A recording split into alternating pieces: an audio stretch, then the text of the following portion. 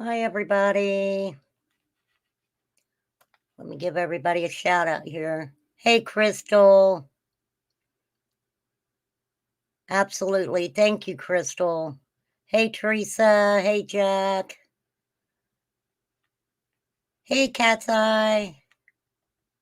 Hey, Sassy Ann. Wee Scottish Mom. Kiki. Are you all right, Kiki? You doing okay today? Hello, Angela. Hey, Poppy. Hey, Ann. Okay, so today I just want to start out a little differently. And hey, Derek, good to see you. You guys know I'm not the most fabulous singer in the world, um, but I want to sing this song for my friend whose family's going through some trying times right now. I always say it's not my place to say what's going on, and I'm not going to. But I want to sing this song for my friend, and I hope that I can do it justice, and I do not want to cry. Uh, Crystal, I'm not sure if you wanted to sing a song too, but let me know if you do and how you want to do it, and I will do it any way you want, okay? I know it was kind of last minute when I emailed you. Um, so y'all can make fun of me if you want about this song, but we're going to I am going to use the karaoke with it so that way we can, oh, happy ladies, happy Women's Day. Whoop, whoop. That's right. Us girls are going to stick together. Hey, Karen with a C. Now, this song is really emotional and, you know, and so bear with me singing it. I had a sister that passed away a long time ago, and this song kind of reminds me of her. She loved to sing.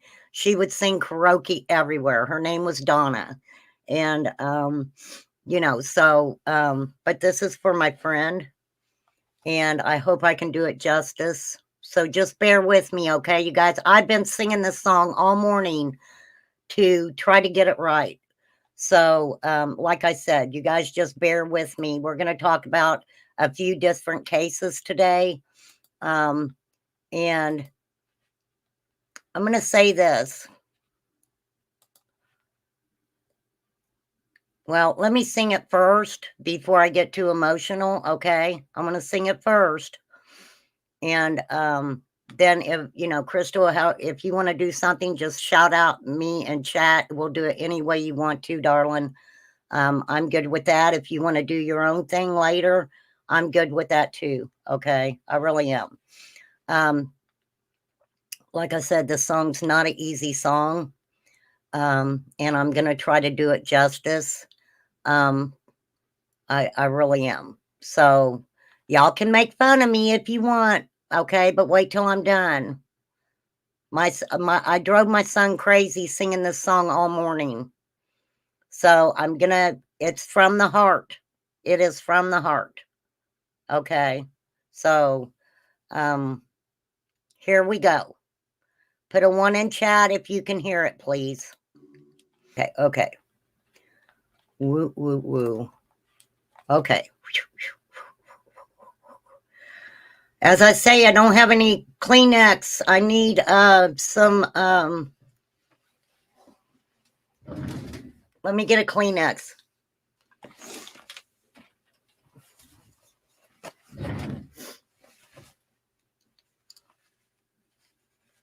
Thank you, guys. Thank you, Crystal. Thank you so much. That's Jamie Johnson, Jack. Jamie Johnson. It's called Lead Me Home. Lead Me Home. A beautiful song. Thank you, Jean. Thank you, guys. I was so nervous. Wow, that is a very impactful song. Very, very impactful song. That's for my friend. She's going through a lot, and I feel her. I feel what she's going through. and that's a song that she liked. So um, she probably wished that I would have let Jamie Johnson sing it. And if I knew Jamie Johnson personally, I would have him singing that song for you, lady. I'm just saying that. We absolutely do love her. We love her, and I'm sorry, you guys, that we're not putting a bunch of information out there. This person does not want, does not want this all over social media for people to question or anything like that. And it's not a time for that. A lot of people are like that. And, if something happens in somebody's family on social media, they're like, oh, well, you got to show us this and you got to show us that. And no, no, nobody needs to be shown anything.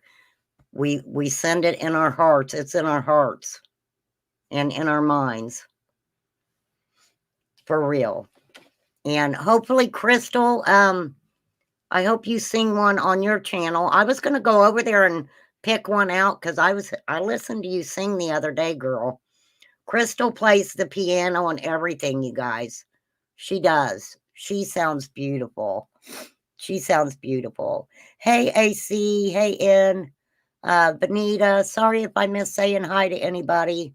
And I know it wasn't perfect. Okay. I'm not a perfect person. For real. But, okay. Let me get my ruler out. We're going to woo-saw moment here. Absolutely. We've all lost someone in our life. We've all, even though the children that we talk about aren't our children, we still feel it in our hearts. We still think about these children. We think about our friends who are going through stuff. We think about these people, and it means that you are all caring people. It means you have empathy. It means you have sympathy. It means that in this freaking messed up world that we would like to see something done right. We would like to see some hope. And, I think we're the only ones who can try to keep hope out there. Sebastian, Elijah, Summer. I've got Summer's t-shirt on today. Thank you, Nana for Life. Nana for Life got me this t-shirt. I appreciate her.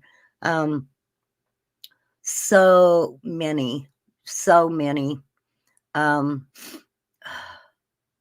it is very hard for me, you guys, to I can't decide which child to talk about. No child needs to be prioritized. I'm sorry. Um, does that make me a crappy YouTuber? Maybe. Maybe. Because I want to talk about all of them. I want to put all their names out there. And, you know, we've had Nana's angels went up to heaven. I know she's in heaven. And I know that these babies who aren't with us any longer, I know she's watching over them in heaven.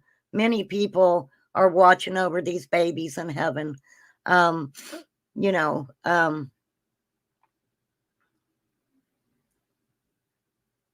when you I've said this before, not to sound redundant, but when we thank you, Karen, when we talk about these children, we cannot talk about them without talking about these parents. Okay. And sometimes I think talking about these messed up parents take away from these babies. And I know it does. I know it does. People are interested to find out exactly, okay, well, so and so's mom did this, so and so's mom did that. And you know, unfortunately, we do have to talk about it. Okay. We do have to talk about it. And it sucks. I mean, it really sucks. Um, But there's so many good channels out there that's really keeping these babies' names out there. Crystals talks about Elena. That is such an important case. Um, but it's sad when these parents are not getting, right? These parents are not getting, they're getting, to me, they're getting slaps on the hand, right? So I'm going to pop over. Let me see who I got first. Okay. So we're going to start with Elijah. Oh, I'm sorry. We're going to start with Sebastian. Okay. Now, I'm really bad about this, and I've had people say, look, if there's someone talking about a child, it doesn't mean you can't talk about them. I agree wholeheartedly. Okay. I do try to keep up on all of them, but there are creators out there that, I just feel this way. This is just the way I feel. That's so much better than I am. That gets their point across a little bit better. And so a lot of times I do ground guide you guys to different creators who are talking about a specific child. Okay. And I do that. That's just me. That's how I roll. Okay. That's how I roll. So first off, let me get my, let me share my screen here. Okay. And this was sent to me by a really nice girl. And this is the latest on the search for Sebastian Rogers. And this is from a guy named Nick Barris. And this is from a Facebook post. So hopefully you guys can hear it. It should be turned up all the way. So this is the latest on the search for Sebastian. Let's see what this man has to tell us, and see what we can find out. Find him. Not a lot of new developments. We have not had a news conference from authorities in several days. They do send out updates, but nothing new to really report. But today were some new developments that I think are worth talking about. And what I'm going to tell you is I learned early this morning that authorities were planning to go and search a landfill about an hour and a half drive north of Sumner County in Kentucky. Okay. Okay. Now, sorry, you're guys. Like, okay, why are they going up there? Why are they going to a landfill? Okay, and I apologize because I do need to commentate on these things, and I guess I better run my channel spiel down. Welcome to my channel, Opinions and Theories, No Repercussions. We are human beings, okay? I commentate. If you get a little education, that's a thumbs up. Trigger warning all over my channel. We all know that. I'm going to try not to say the F word, John Davis. If you're listening to me and you have me on speaker, I'm going to try to be a good girl today. Okay. I just wanted to let John know that. Okay. So, talking about looking for Sebastian in the landfill. And I kind of touched over, I called John Davis this morning. What do y'all think about that? Anywho, so I talked to John this morning, and I made a point, and it's very sad, and so I'm gonna bring Summer's parents into this just for a moment. Summer Wells. Okay, so one thing we noticed about Dawn Wells specifically was that a lot of times he would say things that I knew, I don't know about anybody else, I knew he was getting from things that happened in other missing children's cases. Okay. And Candace did a couple things from a child's case where the mother had basically given her away for $200, right? And she was unalived by this man that the mother gave her away to. That mother was giving away her toys. We seen Candace doing that, okay? and I can go back. Maybe I'll do a live on it sometime and go back and point out the similarities in other missing child cases and things that Don Wells of them has said. So the reason being I'm making that point is because remember Quentin Simon, okay? Quentin, they searched that landfill for Quentin for days, 4 days, not 4 days, FOR days. And they did find him. They did find him. And I think God, I really believe that God had his hand in that because, you know, the percentage of them finding him when they went to look in that landfill was very slim. It was very slim. And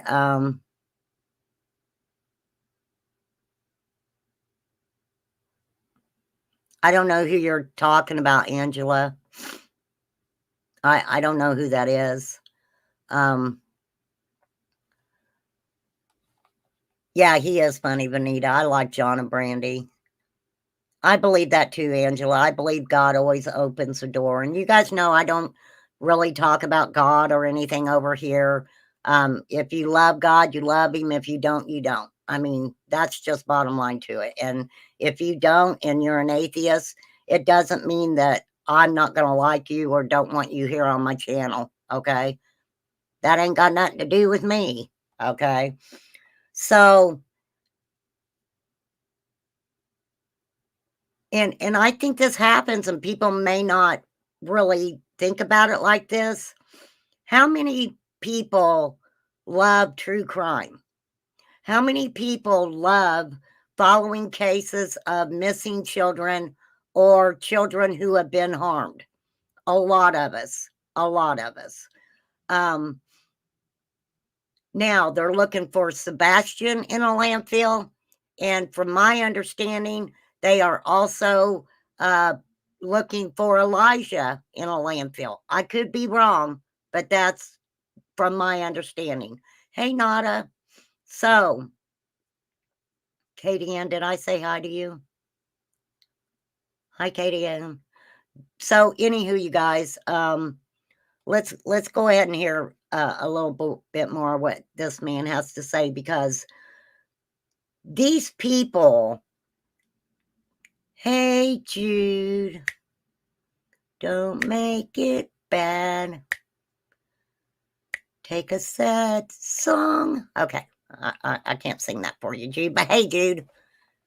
Poppy and her red Mustang. So, anyhow, these individuals have to know that the probability of taking these children to landfills, you know, it's horrifying to think, number one, that anybody, hey, Lisa Kleckner, that anybody would take a child or even an adult and throw them away like trash, right? But that's what Quentin Simon's moms did. That's exactly what she did. And she sat right there, knowing that she put Quentin in that trash, knowing that the trash man was coming, right? Now, I've heard some weird stuff about Sebastian's caretakers, I'll call them. So let's hear a little bit more. You guys get my drift on the landfill stuff. I know you do. I know you do. In Kentucky to look for this missing 15-year-old who has autism. And it's an interesting story behind how that worked out. But let me tell you that the search, when it first initially went down, was extremely thorough. They, over the last, in my opinion, 11 days, have done a terrific job, everyone involved, of searching within a 5 to 10 mile radius of the home, everything they can with dogs on foot from the air, have found nothing. A trace of Sebastian is nowhere to be found. So in the absence of finding anything, okay, in that search, They're thinking, what haven't we seen?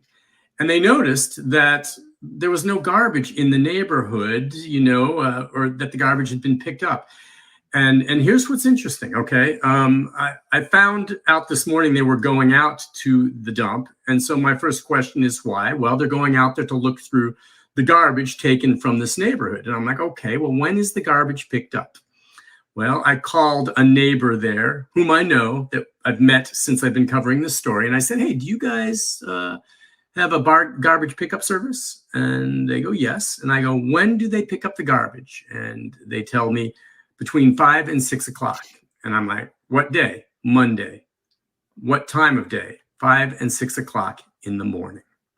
So put this into context and what we know about the timetable.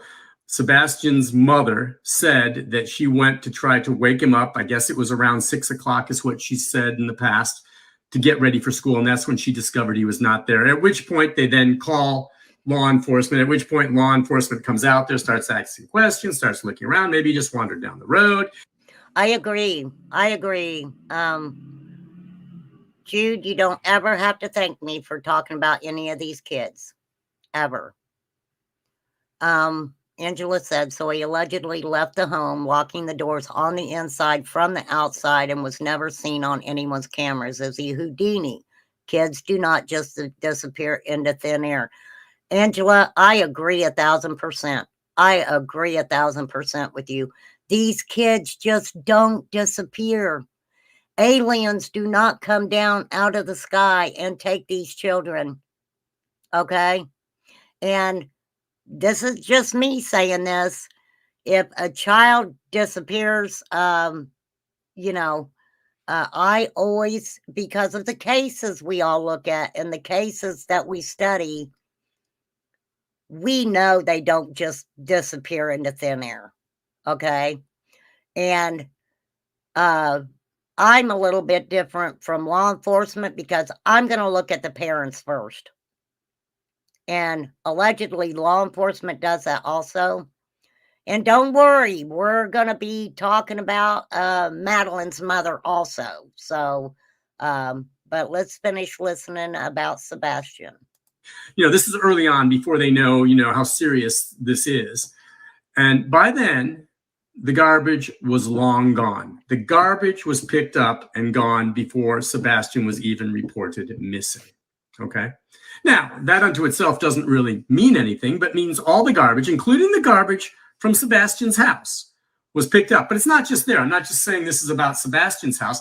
This is garbage in dumpsters in some nearby developments and homes that are being built. It's garbage in other garbage bins at nearby homes. We don't know exactly what happened to him, but they'd like to sift through that garbage. They would look through these bins and see whether or not there's any evidence of something that might be there. I have to say, it goes without saying, they probably want to take a look at the garbage that was thrown out from Sebastian's own home. Okay, they're going to be looking for that. So what I can tell you is they went out to this dump, which is in White Plains, Kentucky, about an hour and a half from here. It's a company that takes some of the garbage from here. Keep in mind now, okay, we had Sky 5 video, if you watched our newscast, look at it later, that showed this crew out there at a landfill. If you've ever been to a landfill, that is a place to dispose of anything. And if time passes, it's buried and extremely difficult to find. The debris that was taken in garbage from this neighborhood was Monday. So you got Monday's trash, Tuesday, other debris coming from all around. This is just Mondays for this one subdivision. But I mean, trash is coming in continually. So you have Mondays, Tuesdays, Wednesdays, trash. So 3 full days of trash in and out being piled up there. I understand that typically dumps work on a grid system, so they are able to kind of identify, if you ask, hey, where did Mondays, And he's exactly right. And Mr. Nick, don't be mad at me. I'm showing your Facebook post, okay? They do have the different areas cordoned off on where they take your trash, okay? And everybody should know that, because let me tell you, they can find your trash. They can look at your trash, okay, and know exactly what you've thrown out. Okay. Exactly what they've thrown out. Now we know that Sebastian was uh, high a high functioning. He was autistic, right? Now, one thing about that. Thank you, Sassy Ann. Thank you. Thank you for sending this to me too.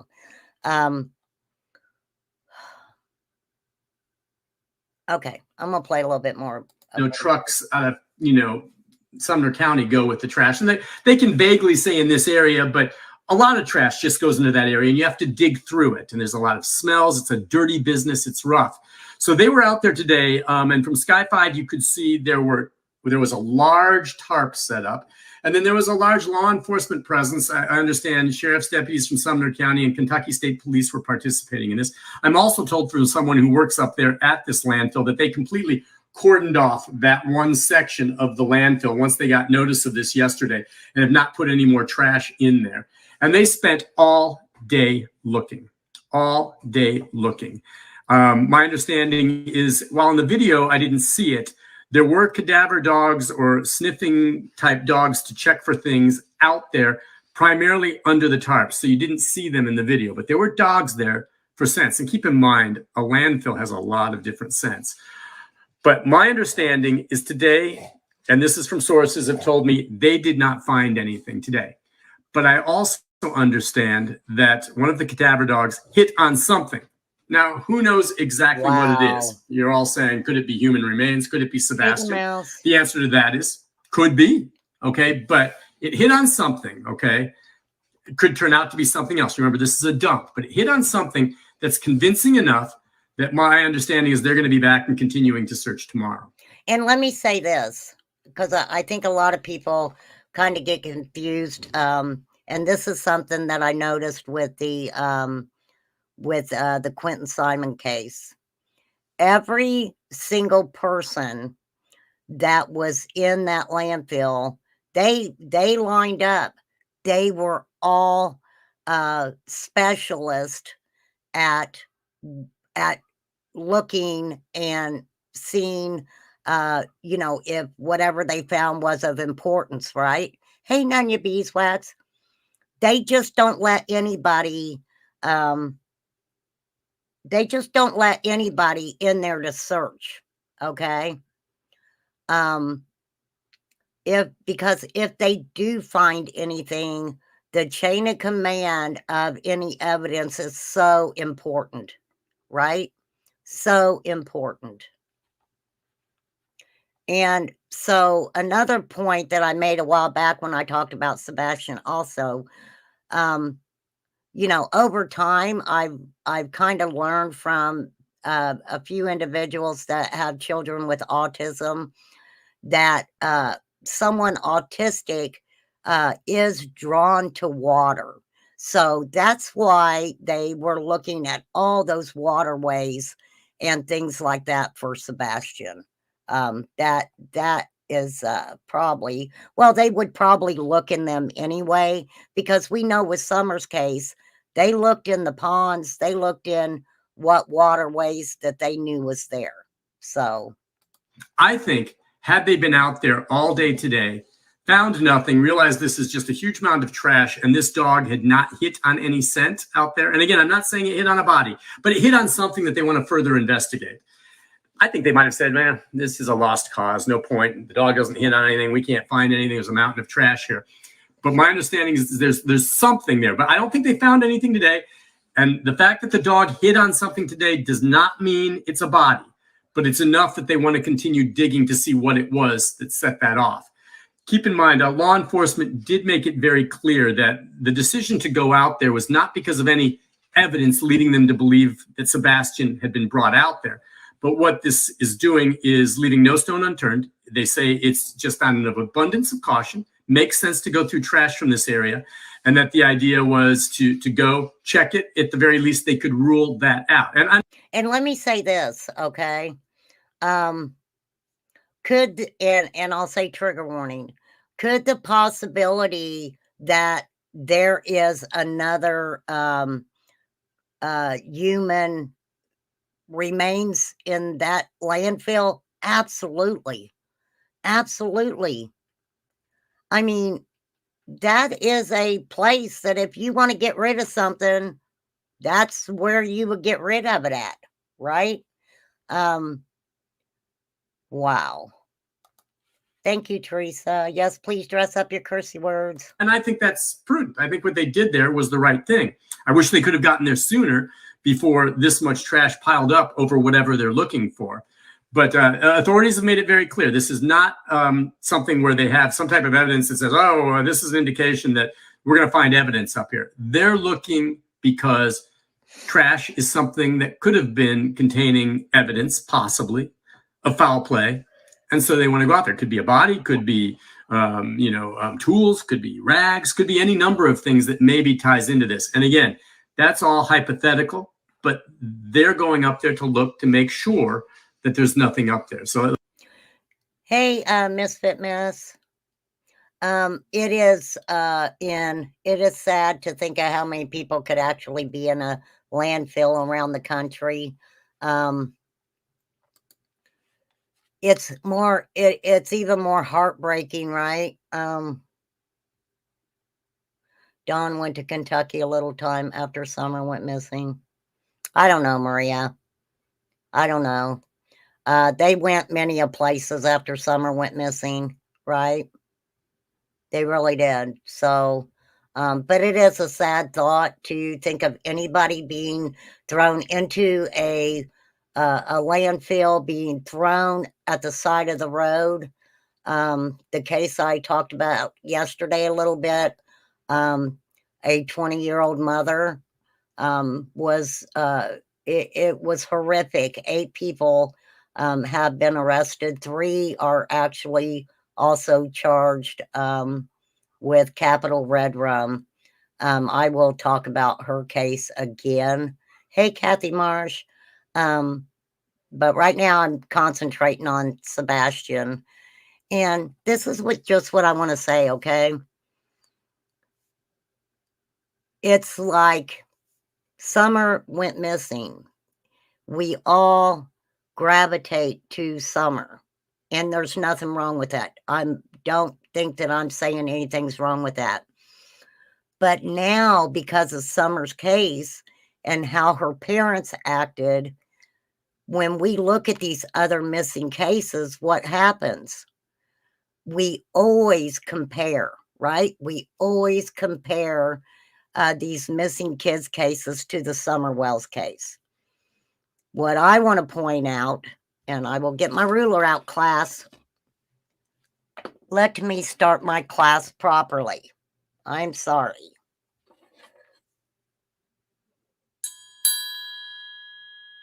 Class, I'm kind of late, but thank you for being here. If you need a pen, pencil, and paper, please feel free to get it out. Okay. Sorry.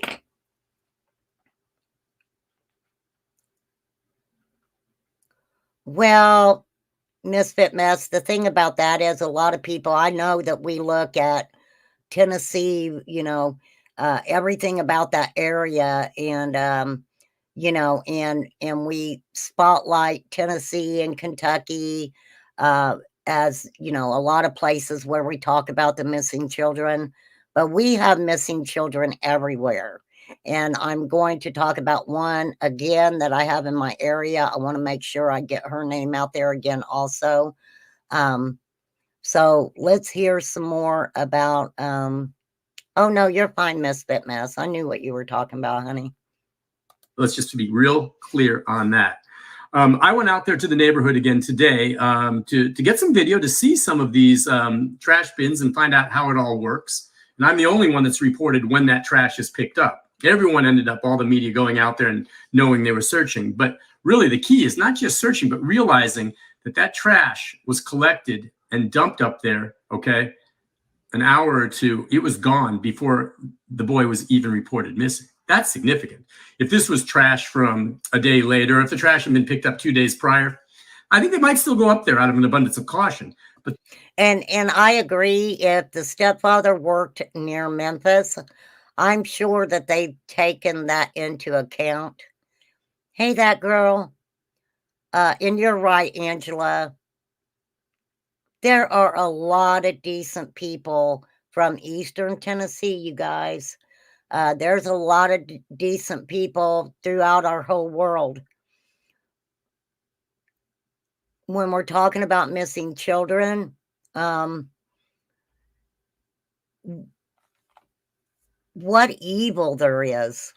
What evil there is. It's so freaking sad.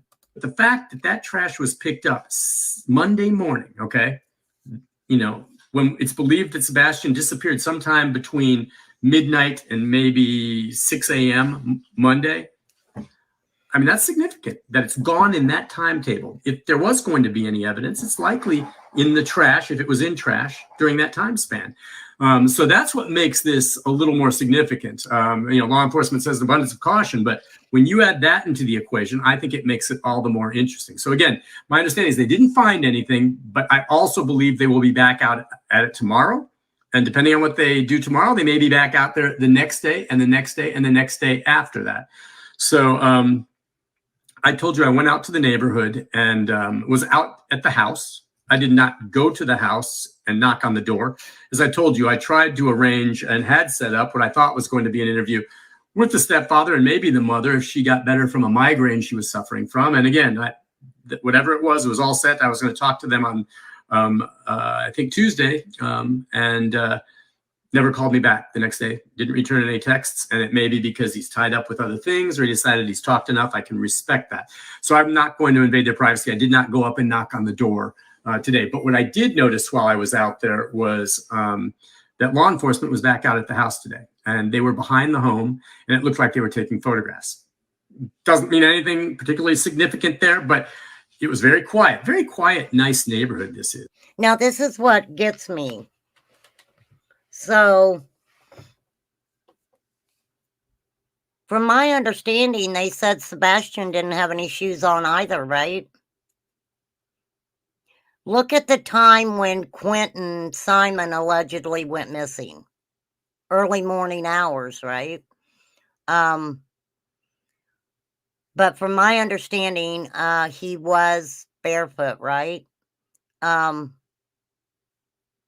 You know what, y'all, from Eastern Tennessee and from Kentucky and South Carolina, North Carolina, I don't care where you're from. You be a proud barefoot hillbilly.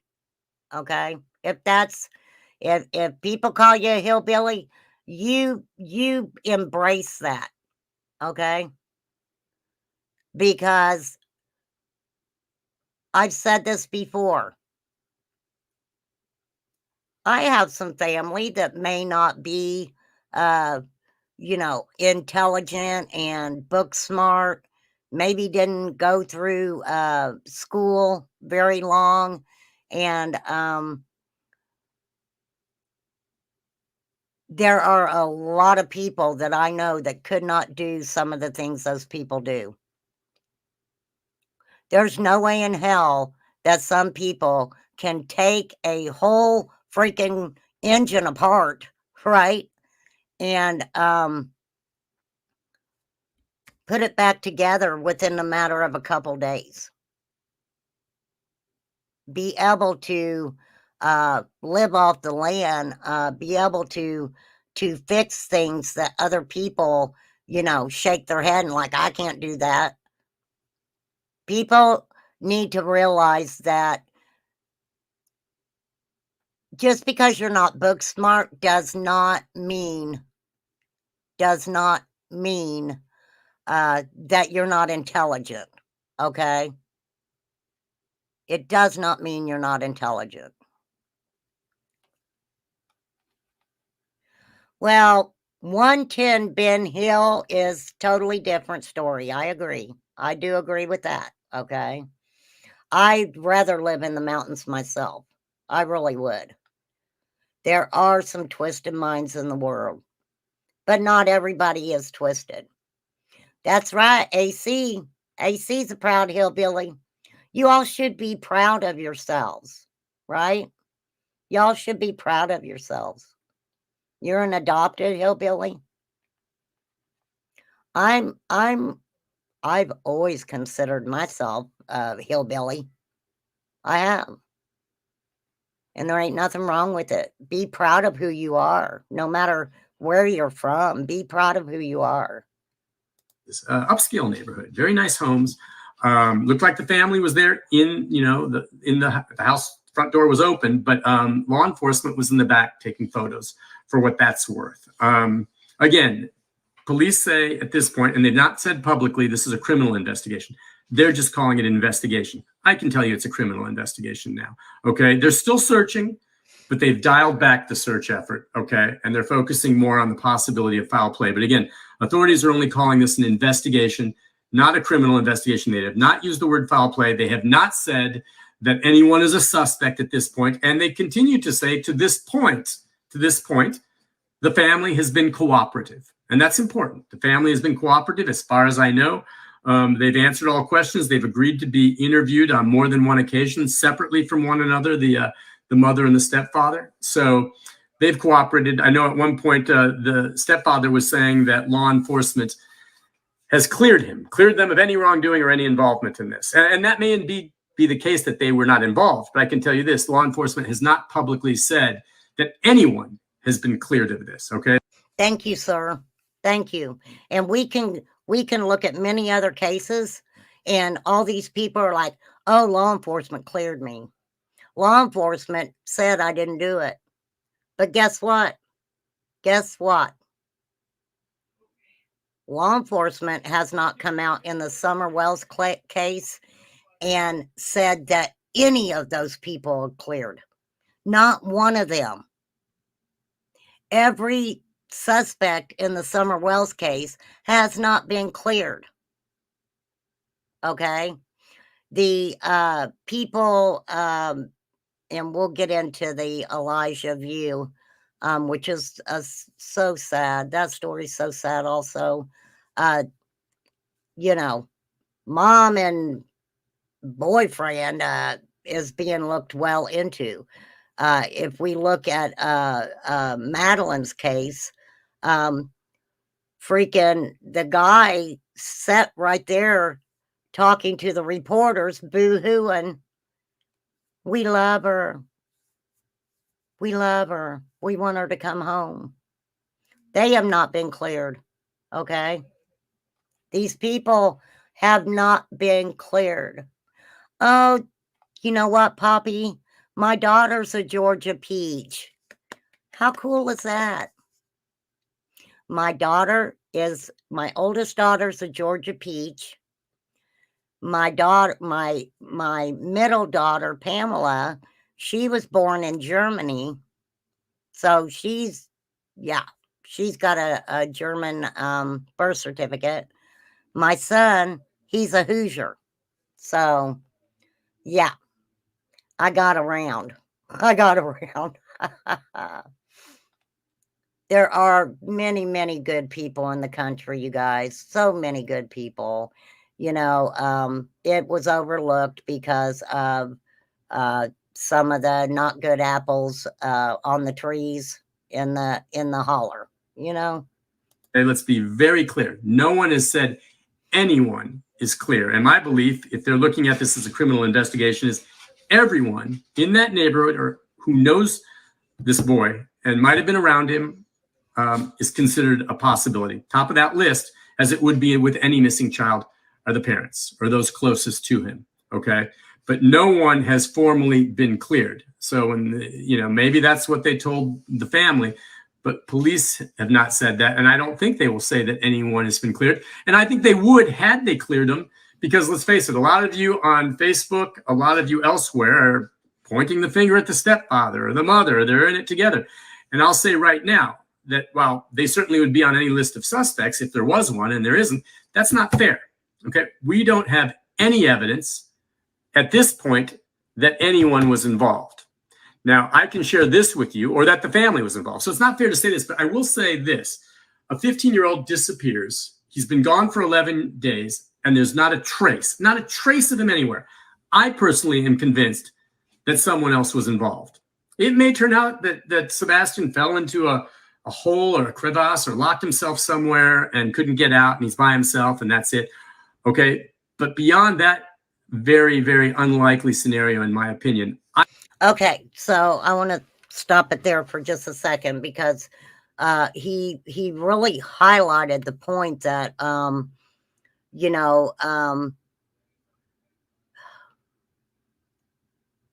just because law enforcement has not came out and said that Sebastian's parents per se are not people of interest, or however you want to put it, suspects, whatever, that for people to go on social media and try to theorize what could have happened, I have to go back and talk about Don and Candace Wells. Okay. Now, this is the way that I feel about it. I truly believe that if Don and Candace would have, number one, Candace waited 13 days to come out and talk about Summer being missing. Okay. Don, he had been going on, some, WJHL, they interviewed him a few times, and Brian Etten, I was thinking about his hair, because when I think of Brian Etten, I always think about his hair. Had talked to Don at one time, and this is just my opinion. I believe that why people, number one, with the Dr. Phil interview and the behavioral panel stating that they think that Candace possibly knew something, automatically people went to Candace knowing. Allegedly, her grandma and the three boys were the only ones on the hill.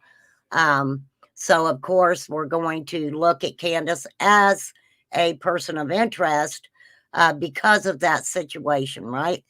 And as far as Don makes himself look guilty. Okay.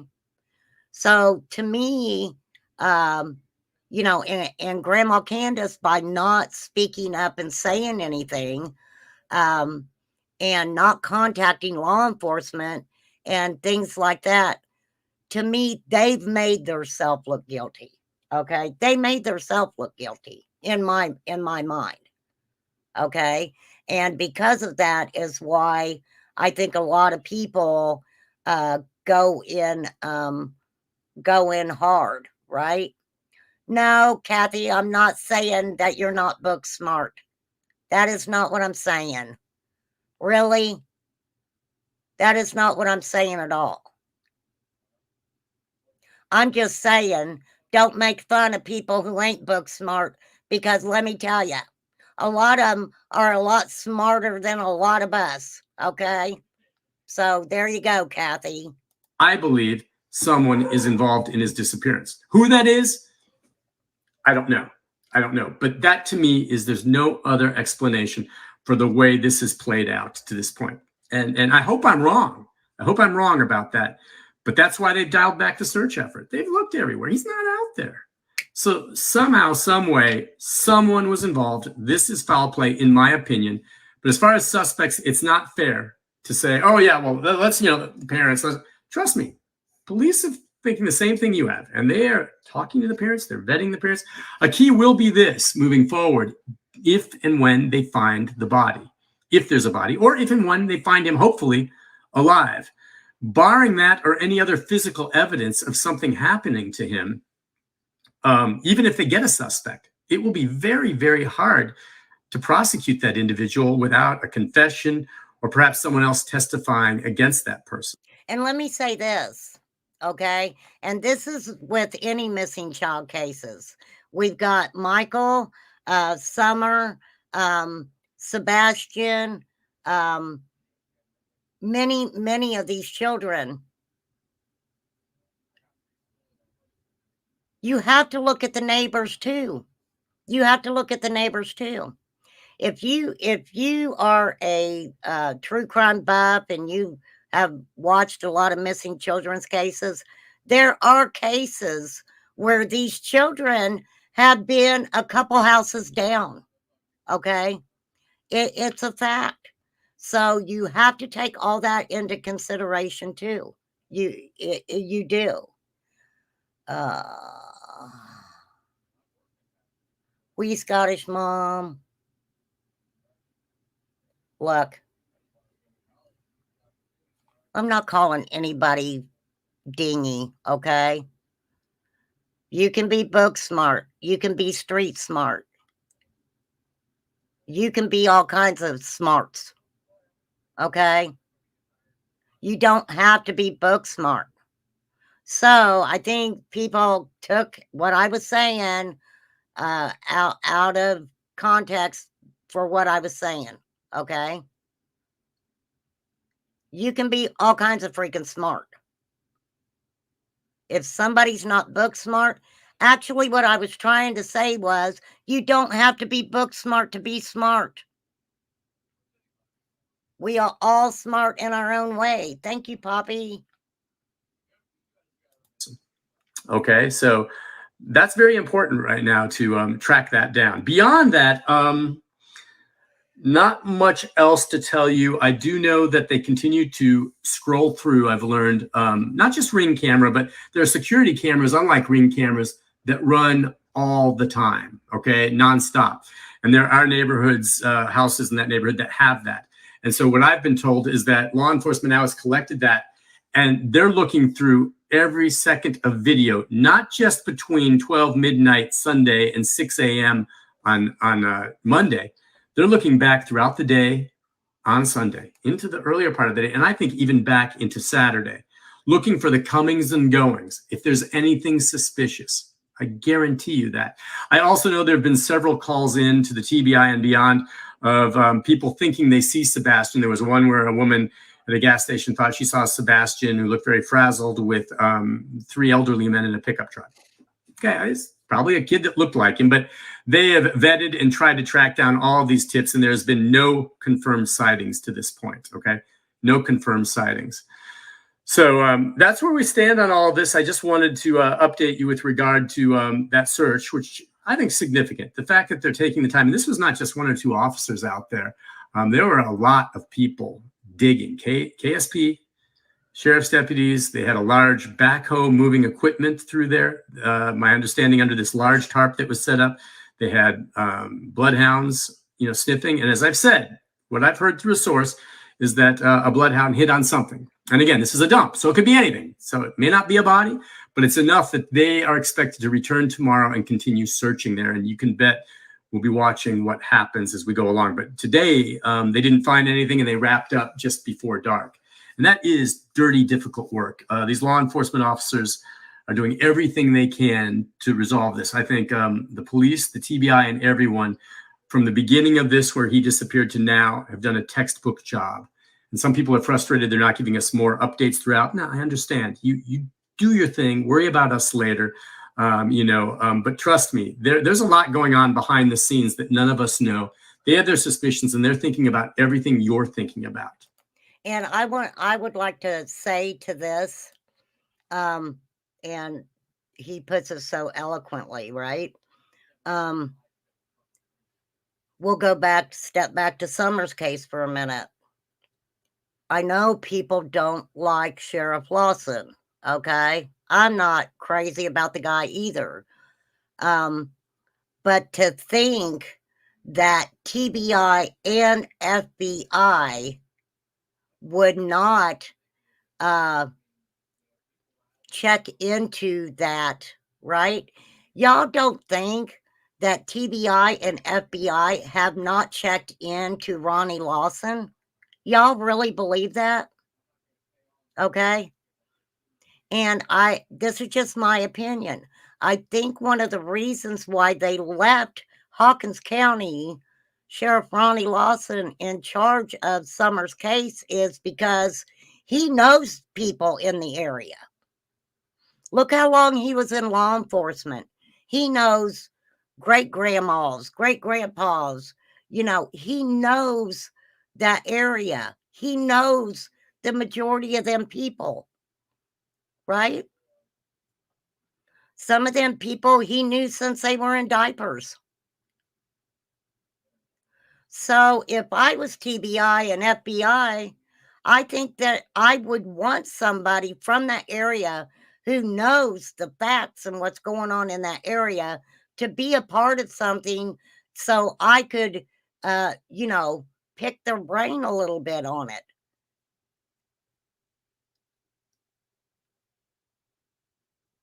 I could say a lot more about Lawson. Okay. One day I will tell you my Papa Ronnie story again. Okay. And his son, too. You're absolutely right, Vic. You're absolutely right. That was all shady stuff. I'm not going to say it wasn't. That was all shady. Him and his son. Absolutely shady. Okay. Of potential suspects, of potential where someone is. Looking through the garbage is an important thing to do. It was funny when I first heard about this, that they're going up there to look for garbage. And I was thinking, if they tell me that this garbage was hauled away, say, yesterday, and they're finally realized, that would have been investigative misconduct. Because one of the very first things they realized they should do once this child is realized to have disappeared is to start searching everything. And that includes looking in every single one of these big trash bins. Well, they would have done that, and they did do that, and they realized. And I have a question concerning the Summer Wells case. There's a landfill in that area. I know AC can tell us exactly where that landfill is. But I've never heard anything about them poking around in that landfill for the possibility of Summer. This is a Channel 5 news reporter. His name is Nick Barris. Nick Barris. Realized there was no trash in these bins. And like, where did this trash go? It was picked up between 5 and 6 a.m. in that neighborhood the morning he disappeared, 1 or 2 hours before he was even reported missing. All right, let's take a look at some of your questions before I have to go eat dinner. Okay, I'm going to scroll back through. Any questions, comments, observations? And I'm going to let him answer some of these questions. That way, people who have questions, possibly maybe someone will ask the same question that they have. Okay. And then we're going to go to our next child. I'm kind of zipping all the way back, and a lot of you following right now.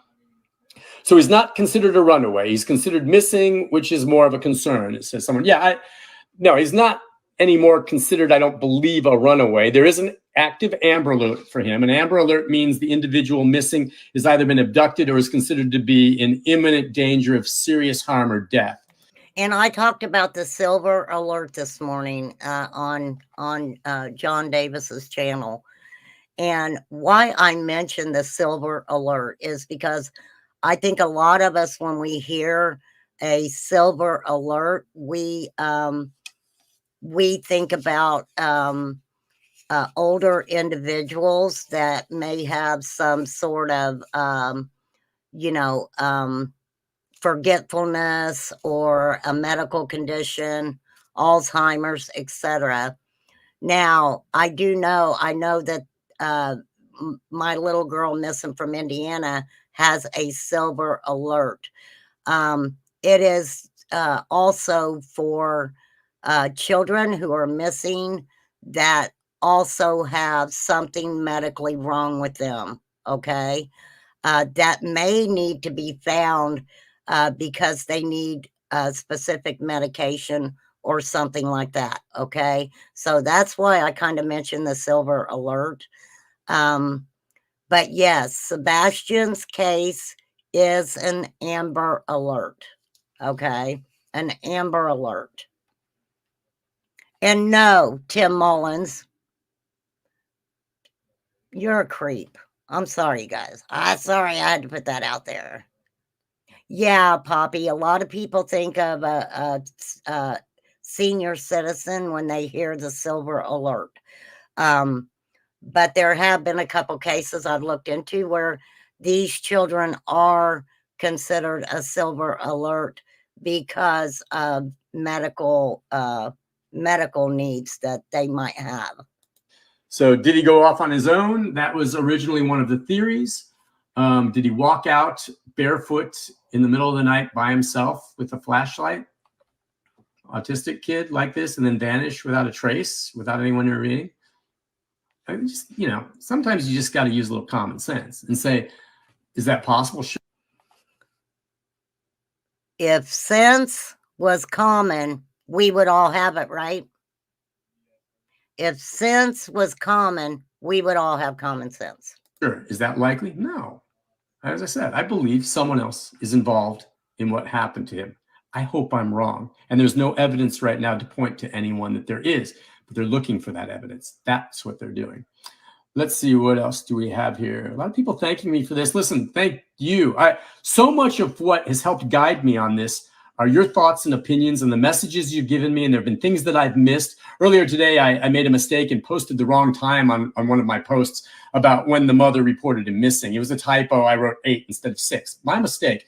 A bunch of you were on me just like that, and I went and corrected it. And I thank you for that. We're all human. We make mistakes. Was trash picked up the day before he was reported missing? Nope. The trash man was picked up the day he went missing. The day he went missing. The day he went missing. Quentin Simons was picked up the day he went missing. That morning, he was also picked up. Between 5 and 6 in the morning. Police know way more than they're saying. Mark my words. And I agree. There's a lot the police aren't sharing with us. But they've got to go slow, and there's a way of doing these things. And they don't want to blow the investigation. So, and what we need to know too, you guys, is, you know, I am not going to dog on these creators for talking about these kids and keeping their name out there and, you know, trying to theorize on what possibly could have happened. And there are some cases where we can say, wow, social media helped, right? Social media helped. Then there are some cases that we can look at and we're like, whoa, you know, things got way out of hand in some cases. So I agree. I have to agree that some of these cases, law enforcement holds any evidence that they have really close to the vest. And I don't blame them. I don't blame them, you know. It can be frustrating, and I guarantee you it's frustrating for them. They want a resolution here. They want nothing more than to find him alive. And short of that, they want to find his remains so they can go forward and find out what happened. They're doing the best they can, and I think they're doing a good job. It's just they're not going to share that with us, and I understand that. Let's see. Yeah, what else? Yeah, you're wondering about what motive would someone might have to harm him. Well, right now, this guy is from Channel 5. His name is Nick Barris. And what I'm showing you guys is actually on Facebook. Okay. Actually, he's on Facebook, but he is he's with the press with Channel 5. Okay. We don't know. I don't know the inner dynamic in this family or dynamic with neighbors or dynamic with any kids at school. So if this case has crossed state lines, is this now a federal case? Well, we've been told early on that the FBI has been called in to assist. I don't know to what capacity, but certainly that could be. If something significant was found in the dump tomorrow or the next day, then yeah, technically it could become a federal case. But if there is a prosecution or something along those lines, it would be here in Tennessee. I don't know that that changes things, except I think it brings the feds more involved to help with the investigation, which is a welcome thing. It's a welcome thing. And also, don't forget, you know, and kind of going back to Summer's case, when she went missing, the card team came in. Okay. That's a rapid deployment team for child abduction. And they didn't find anything. So that told us a lot in Summer's case also, right? You know, we Scottish Mom, I'm not a big Facebook person either. And I know a lot of people ask me, you know, if I have a group or anything on Facebook, and I don't right now. I've got just a couple people from YouTube that are my friends on Facebook. Um, so I have been thinking about it, but I'm not a big Facebooker, you know. I think right now the investigation is still being basically led by the sheriff's department out of Sumner County with assistance from the TBI, and the FBI is there as well on the periphery. What I believe has probably happened, and I don't have this confirmed, is I would be very surprised if law enforcement has not tracked down, okay, what truck it was that worked the neighborhood that morning and who the men working that trash truck were. And I bet my bottom dollar they've interviewed them about if they remember what the trash was, if they can remember anything about anything unusual in any of the trash they collected from Sebastian's house or anything else. And you know what, Vanita, that's very interesting that you said that, because from my understanding, and this is just from watching, I used to love to watch the Little Women. Do you guys ever watch that? Not the movie Little Women, but there was a series where, you know, there was some little women, and, you know, it was kind of like a Housewives deal or whatever. And one's name is Tara Jolie, I think her name is. And she's got an autistic son. And she pulled up to her house one day and went to take groceries in and came right back out, and her son was gone. So she was so panicked. My heart went out to her. She was so panicked. But what she did was she drove around the area that she had taken him for walks before, right? She had taken him for walks before, and from my understanding, they get into like a routine. Okay. So I get where you're saying with him being high functioning, you don't see him leaving with no shoes on.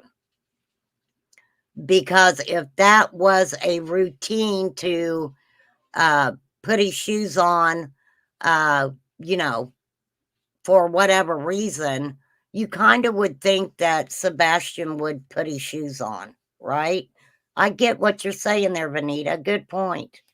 I almost can guarantee you that if they figured out who picked it up and where it went, they want to talk to the people. Just, hey, do you recall, you know, anything unusual as you pick that up? And keep in mind, these trash guys that morning, you know, weren't on alert for anything. Even if they did see something odd, they probably said, oh, that's kind of weird.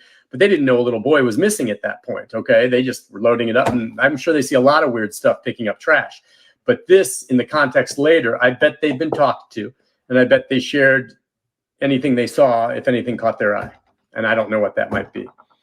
A lot of people say how convenient this happened the day garbage was picked up.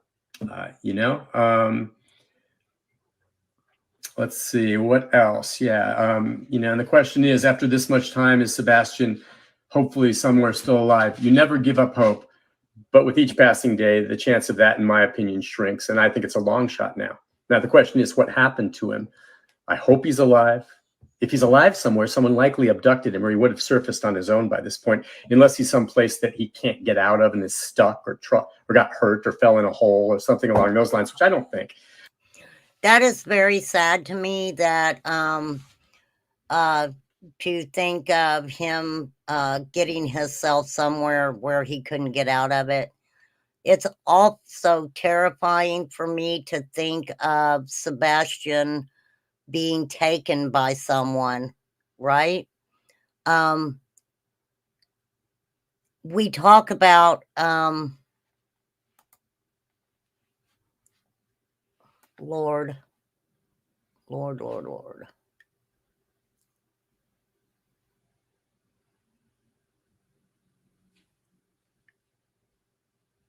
I think about these children, and I think about these evil monsters, and I think about them being the last person that these children see, and it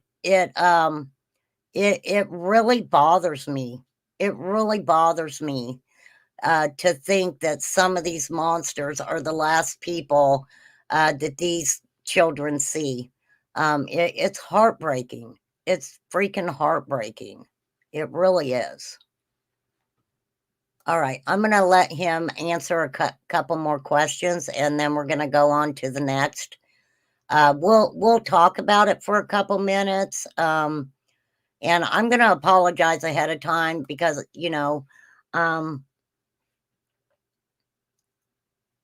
like I said, I know that I need to start getting into the habit of covering one child case at a time.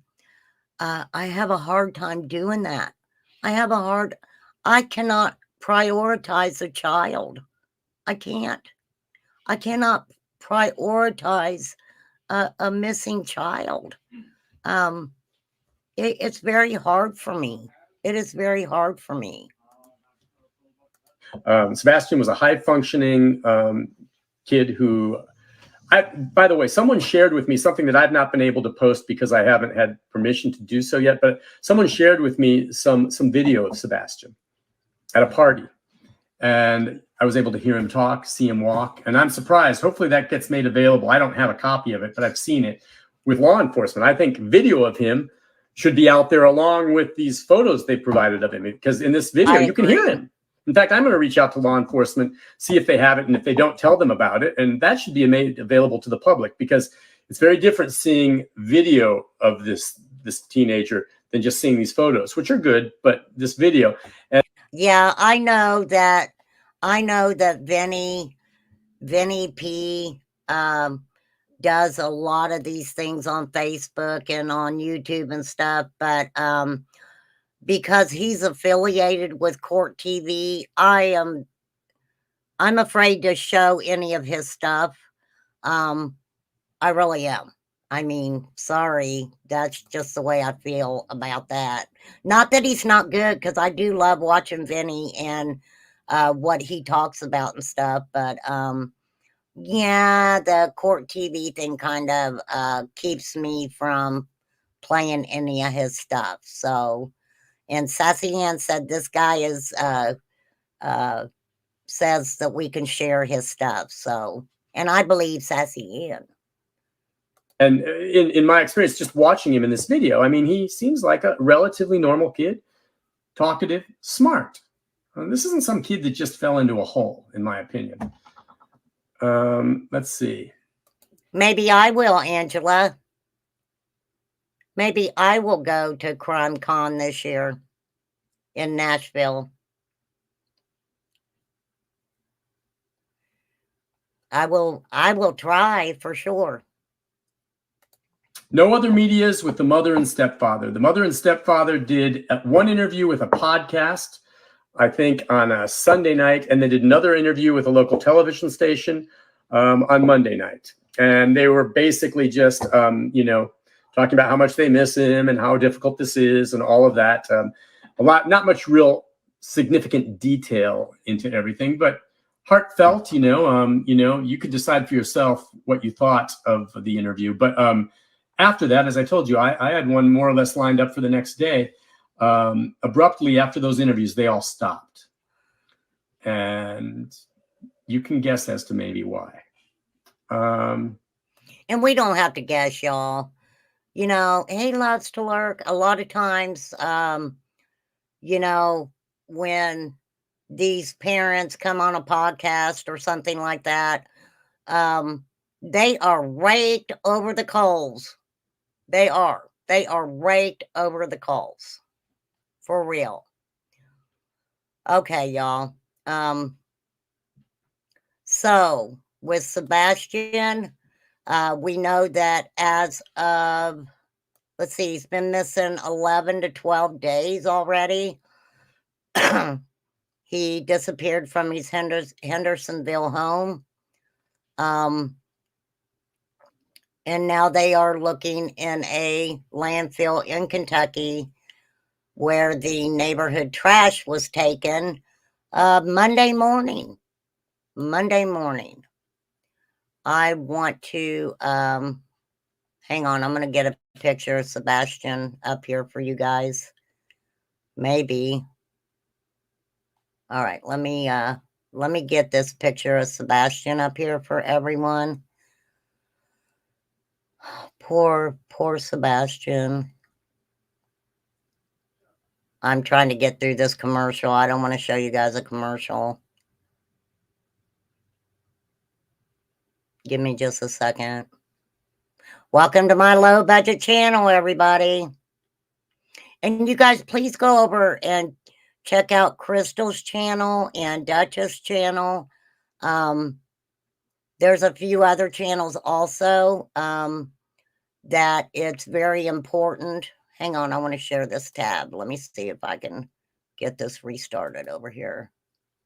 Showing the latest search for a missing teen out of Sumner County. Thanks for joining us here at 6. I'm Rory Johnston. And I'm Carrie Sharp. Sebastian Rogers has now been missing for 11 days. And today, investigators turned their attention here to a landfill in Kentucky. Meanwhile, the TBI today releasing these 4 new photos of the 15-year-old who has autism. This activity marking the first real lead since the search began. Nick Barris now with the latest details. The search for Sebastian Rogers continues in the neighborhood where he disappeared, and part of that now includes tracking down and tracing garbage. That's right. Garbage could contain vital clues to the investigation. We know that Sebastian Rogers disappeared from his Hendersonville home a week ago Monday.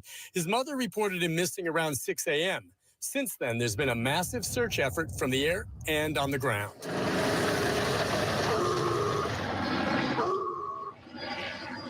It's safe to say crews have searched just about everywhere for the autistic teen within a 5-mile radius of the home and have found nothing. But one thing they did not search is the garbage, and that is why Sumner County deputies and Kentucky State Police spent the day searching a landfill in White Plains, Kentucky. Why there? Well, News Channel 5 has learned that trash in the Stafford... Exclusive I'm sorry, you guys. Showing the... I was trying to pause it. That's my fault. Let me get it to where it needs to go. There's Sebastian. Well, Benita, guess what other person didn't put their hands on the mother of a missing child? Right? We've all seen Stephen, the monster, I'll call him, sat behind that mother cracking his knuckles. He did not go up and put a hand on her. Not even a freaking hand. Okay? So they are going to have a vigil for Sebastian Sunday evening. I will try to get that and see if we can't show a little bit of that, right? Activity marking the first real lead since the search began. Nick Barris now with the latest details. The search for Sebastian Rogers continues in the neighborhood where he disappeared, and part of that now includes tracking down and tracing garbage. That's right. Garbage could contain vital clues to the investigation. We know that Sebastian Rogers disappeared from his Hendersonville home a week ago Monday. His mother reported him missing around 6 a.m. Since then, there's been a massive search effort from the air and on the ground.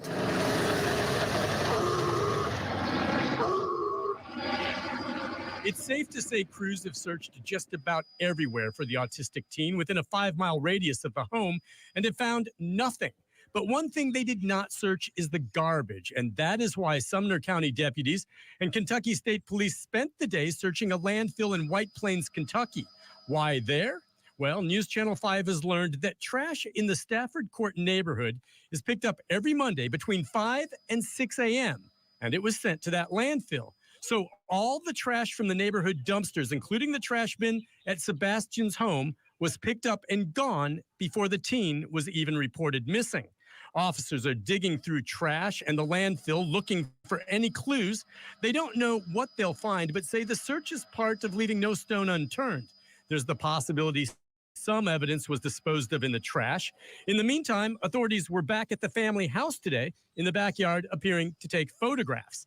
No one is giving up on the search effort for Sebastian, but at the same time, authorities appear to be moving forward with a possible criminal investigation.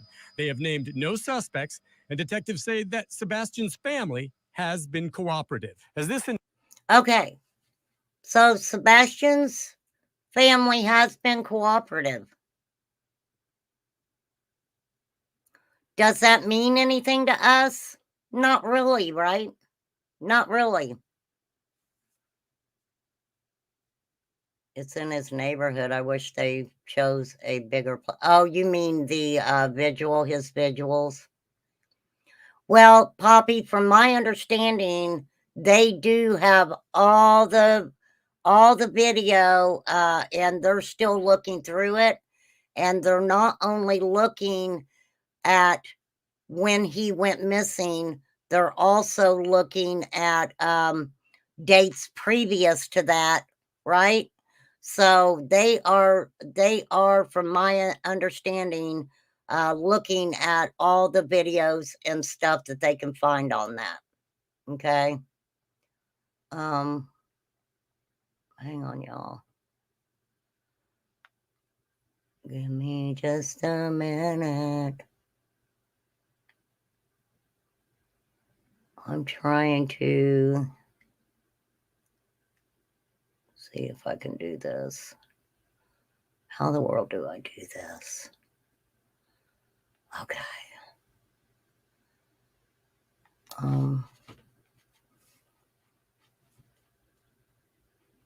Hang on, I want to take, I need to take that off of there.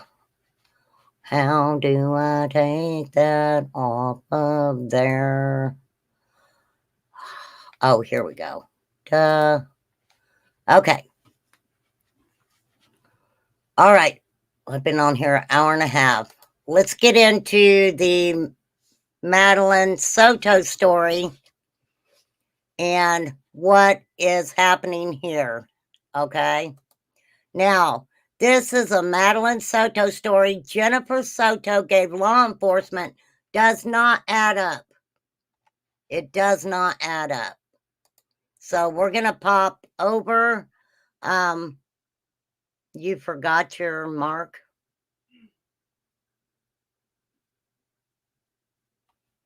Okay. So a lot of us in the Madeline Soto case thought that there was something up with mom, right?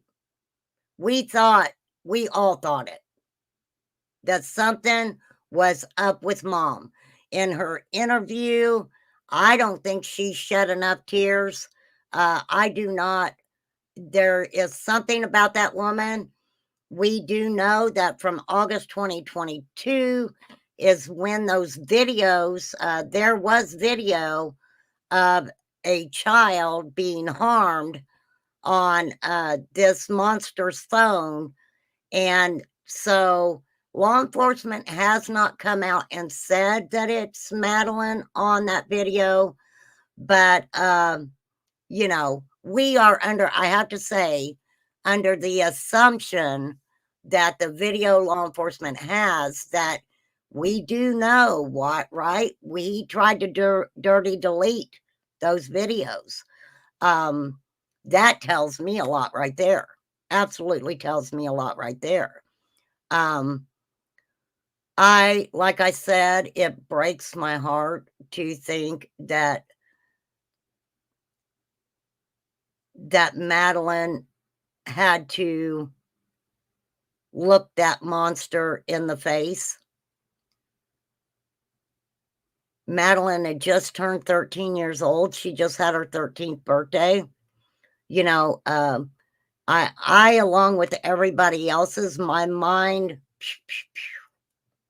all over the place with Madeline. All right, we're gonna listen to, let me give credit to the person who put this out here. Buey Bish Loan. I'm not sure, but let's, I want to make sure this is turned up all the way.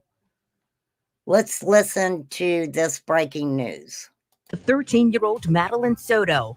Why prosecutors are now calling for an investigation into this local sheriff, and how the story Madeline's mother provided law enforcement doesn't line up with what investigators know. We spoke one-on-one with Jennifer Soto last Tuesday. Good afternoon. I'm Darlene Jones. And I'm Greg Wormuth. At that point, her daughter Madeline had been missing for 1 day. She told us that Stephen Stearns, her boy... Sorry, my phone rang. It scared the crap out of me. Scared the crap out of me. I apologize. I jumped. It was scary. It was scary. Friend, and now the prime suspect in Madeline's death, had taken the teenager to school. She said the last conversation she had with the 13-year-old was the night before. But this report we got a hold of today shows she told deputies she saw her daughter the morning of her disappearance. Woo. Channel 9 investigative reporter Shannon Butler has been digging into the details of this case. She joins us live in studio. And Shannon, that's not the only thing you noticed in this new report.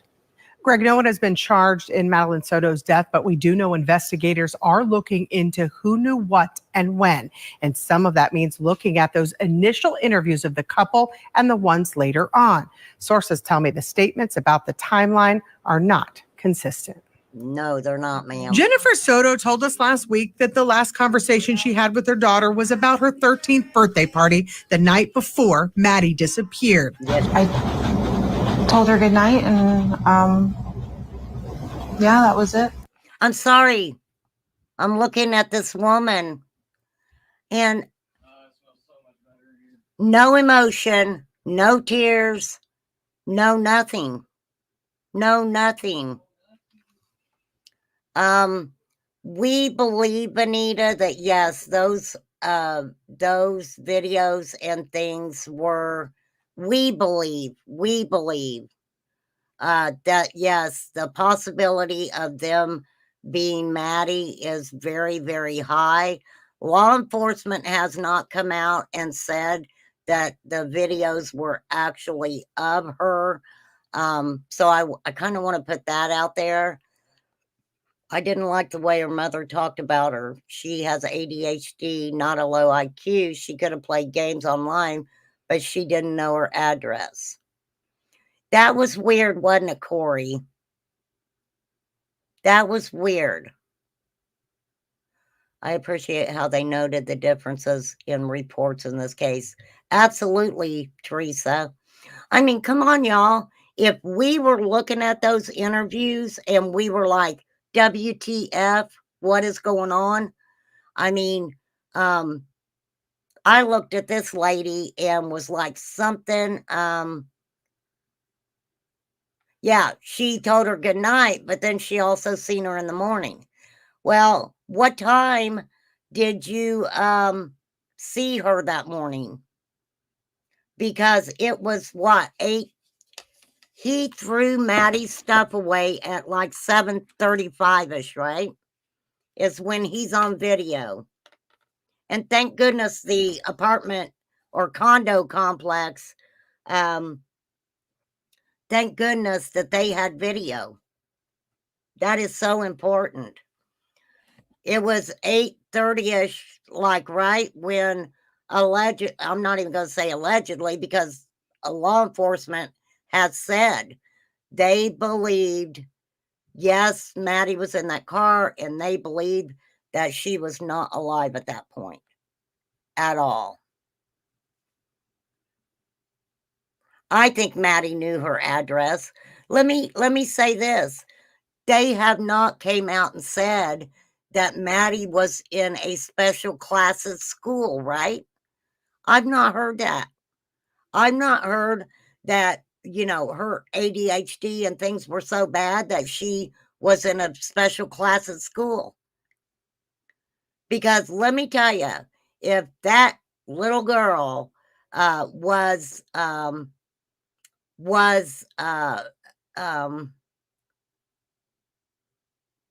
if that little girl had the things wrong with her that her mother's wanting us to think, not knowing the address and stuff like that, you would think that she would have been in a special class at school, right?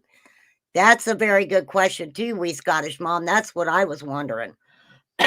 Because Mom and Monster allegedly didn't go to that birthday party. Mom said that Maddie came back from the birthday party and was excited and showed her and Monster all the gifts she got, right? So that made me think that, you know. But according to documents, Sunday night was not the last time Soto saw Maddie. New documents show that Maddie's mom told deputies on February 26th that she saw her daughter getting dressed for school at 8 o'clock that morning, and that her boyfriend then took the teen to school. But since now we know Mom was home. Now we know Mom was home. That initial report was taken, we learned from the Orange County Sheriff that Maddie was likely dead earlier than that. Our detectives have determined that Madeline was never dropped off. Instead, we believe she was already dead at the time and that Stephen Stearns moved her body in the early morning hours on that day. So there's a picture of Monster right there. It could have been Angela, could have been. I don't have her pulled up in my notes. I've got a lot of notes here on the Madeline Soto case. That's very interesting because if Mom was home, then either he did something after he took her out of that house, or he did something in that house and Mom knew it. Hence, sitting behind Mom, cracking his knuckles, right? Cracking his knuckles. He could have, Corey. He could have. I didn't pull my notes up, so I apologize for that. I don't have my notes pulled up. Right, Vic, her backpack and her school laptop was discarded in the garbage. I want to say around 7:40ish, right? 7:45, maybe, something like that. And then he comes back and they see Madeline around 8:30ish in the car, and they believe that she was already passed away. So, another thing I don't understand, why did he take her to school when he wasn't even living? That's very interesting because from my understanding, and I could be wrong, and I'll double check on this, so I'm going to have to say, this is just from my understanding, I don't know if it's actually true or not, that I thought that he had went and picked Madeline up from her grandmother's house. But if Mom's saying that she's seen her before school, then that's a whole different ball game, right? So, I try really hard, you guys, to try to make sure everything that I know about these cases are factual. But this case, by the time I think something's factual, then I turn around. What are you confused about, wee Scottish mom? What are you confused about, honey? Maybe we can help you get unconfused. Channel 9 has been going through statements from Stephen Stearns and Soto trying to piece together what happened in the last few hours of the little girl's life, starting with our interview of the couple. Her mom told us last week. We dropped her off at school, close to school. She wanted to walk the rest of the way. But in that same interview, then said, I wasn't the one who took her to school in the morning. That was my partner. But yeah. You understand what she did? Mom says we took her to school. We dropped her off. Then, in the same interview, a few minutes later, my partner took her to school. Okay? Mom seen her, so he put her things before she was unalive. I don't know. I don't know, Vic. I cannot say if she was unalive when he threw her stuff in the trash. But you know what? I'm thinking, in my opinion, why would he throw her things in the trash if she was still alive, right? Allegedly, but it has been reported that they did live together, but had broken up. Exactly, Angela. That's what I heard too. That's what I heard too. That they had been living together, but they had broken up. And so yeah.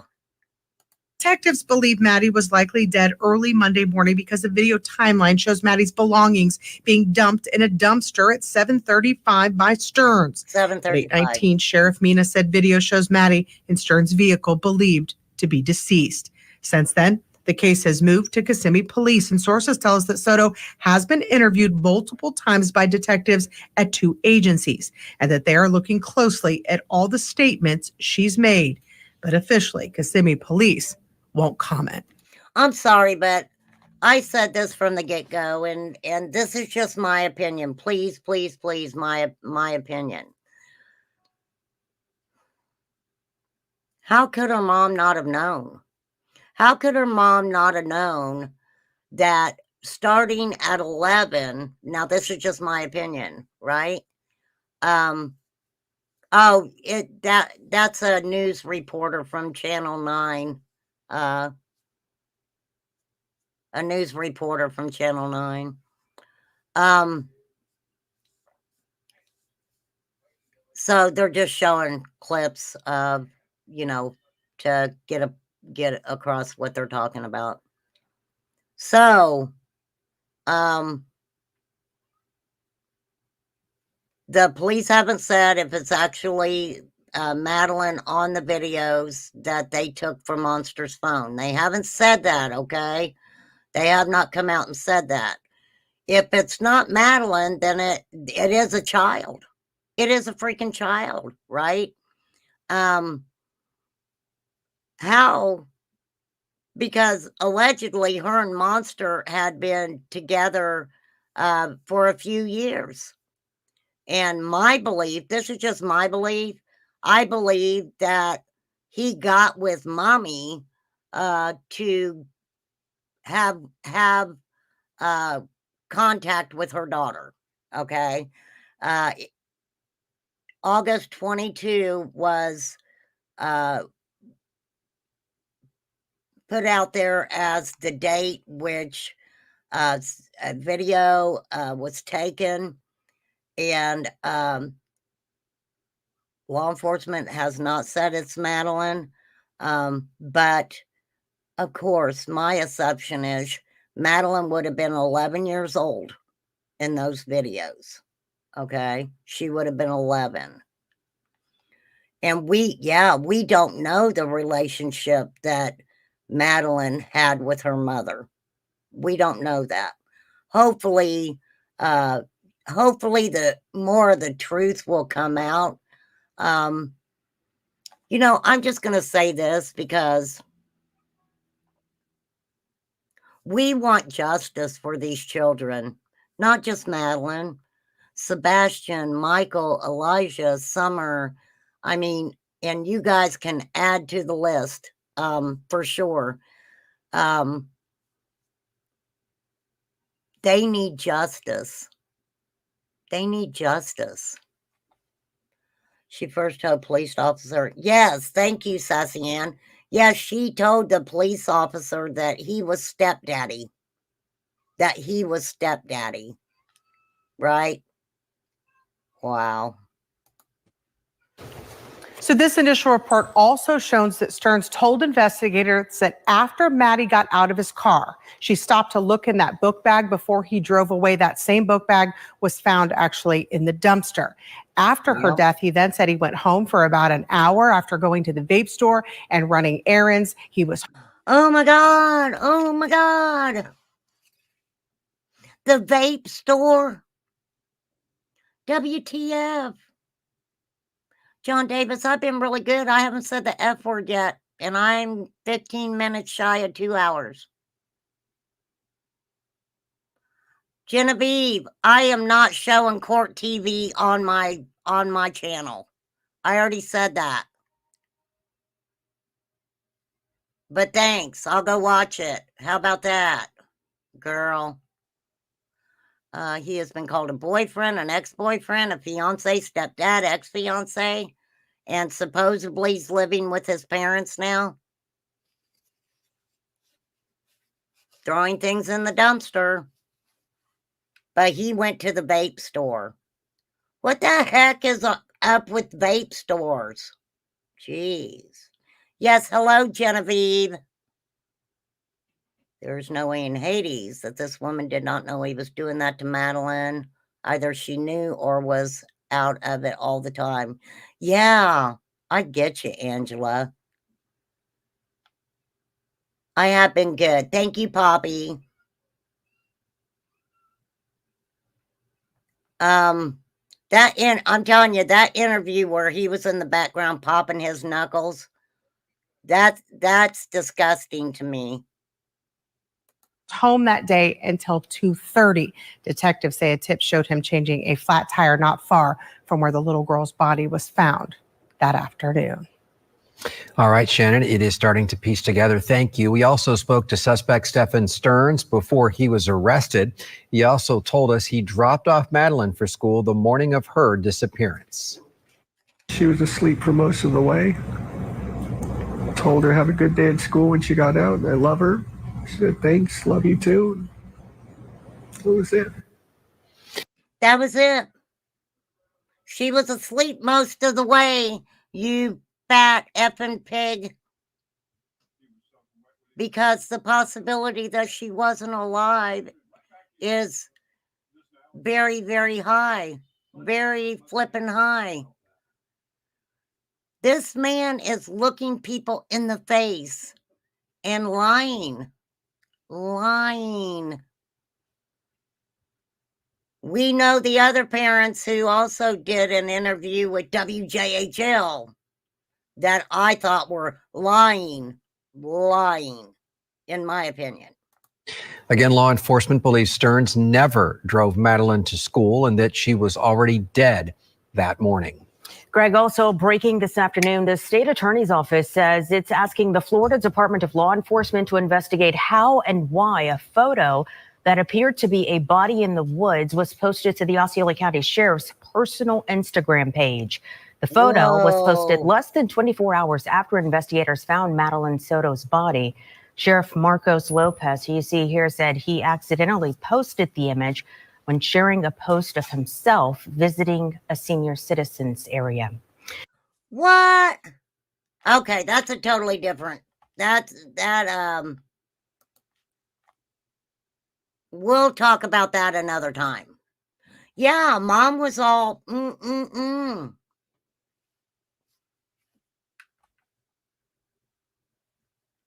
Thank you, Sassy Ann. I am faster than court TV today. Genevieve.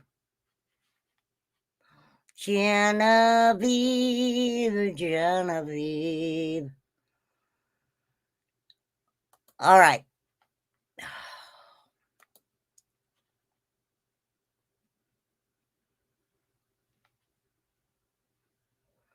Let's talk a little bit about Elijah View, okay? I don't know, Teresa. It's horrifying. Sorry, you guys. I need to share my screen again. And I keep telling myself I'm not going to stay on here for a long period of time. And Like I said, it's so hard, you guys. I just want all these people to know all these children's names. Okay, I'm going to share this tab, but I'm going to read from it.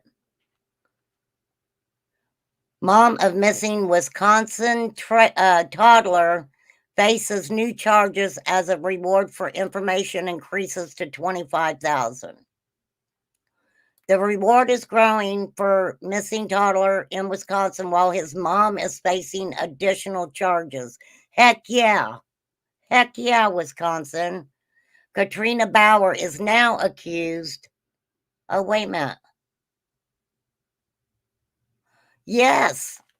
Yes. So now Katrina Bauer is now accused of leaving her 6-year-old daughter alone in a car for an hour in the cold weather.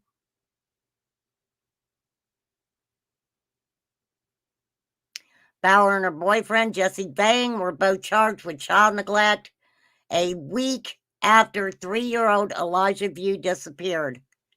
He has been missing for more than 3 weeks. There is now a $25,000 reward to find the missing boy. We're just going to pop right on over to this other report, because that's how I roll sometimes. Oh, wait a minute. Do-do-do. Okay. Oh, hang on, y'all. Hang on. I'm sorry. I'm low budget. I'm nothing fancy over here. As the search continues for missing 3-year-old Wisconsin boy, more details on the days leading up to the disappearance have been released. In court on Friday, prosecutors shed light on the reason 3-year-old Elijah View was in the Two Rivers community when he was last reported seen. She intentionally sent that child for disciplinary.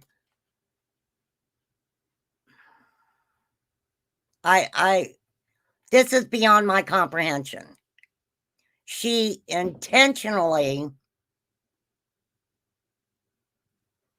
sent her home to the son of Jesse Vang, who used disciplinary tactics on the little boy.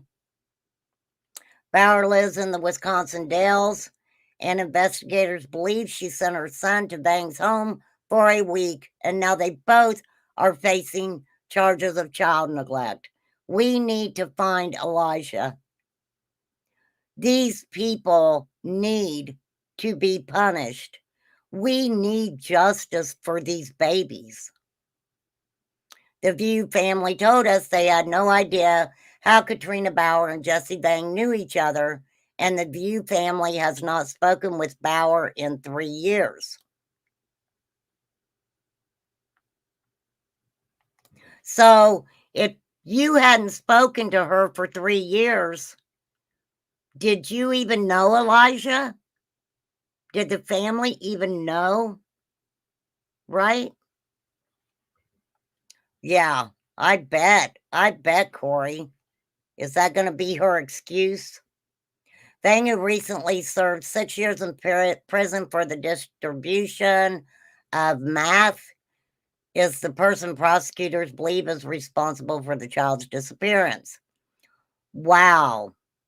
We got math involved again.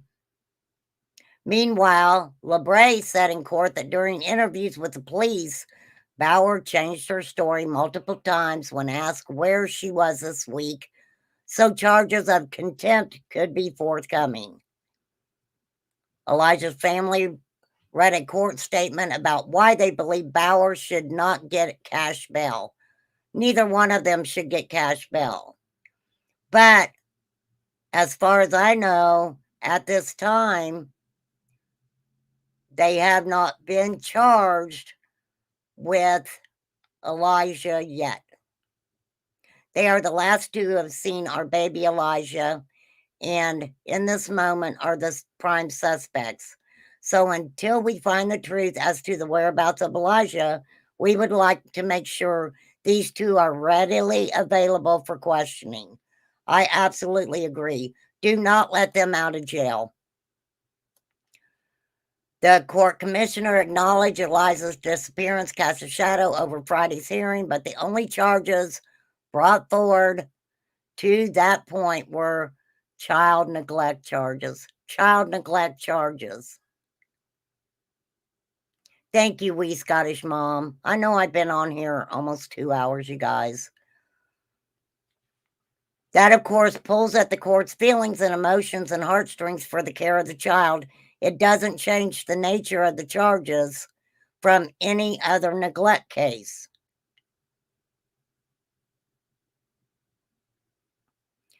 I believe that other look,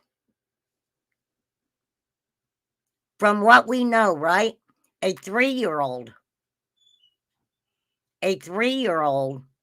was made to stand up against a wall for hours. He was also put into cold baths and cold water and things like that. Okay. I have heard about that being done to children in other cases, that the parent unalived them. And what these people, these monsters do is they abuse these children until the children can't take it anymore. And then guess what? Throw them in a cold shower, put them in a bathtub, even putting ice in the already cold water to revive them. Why? So they can keep abusing them. I'm trying to be good. I am trying to be good. Judge Copa set the bail Bauer at $15,000 and Bang at $20,000.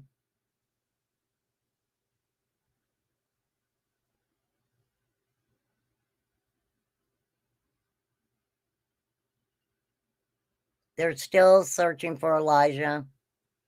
They said they're going day by day and hope that they find him.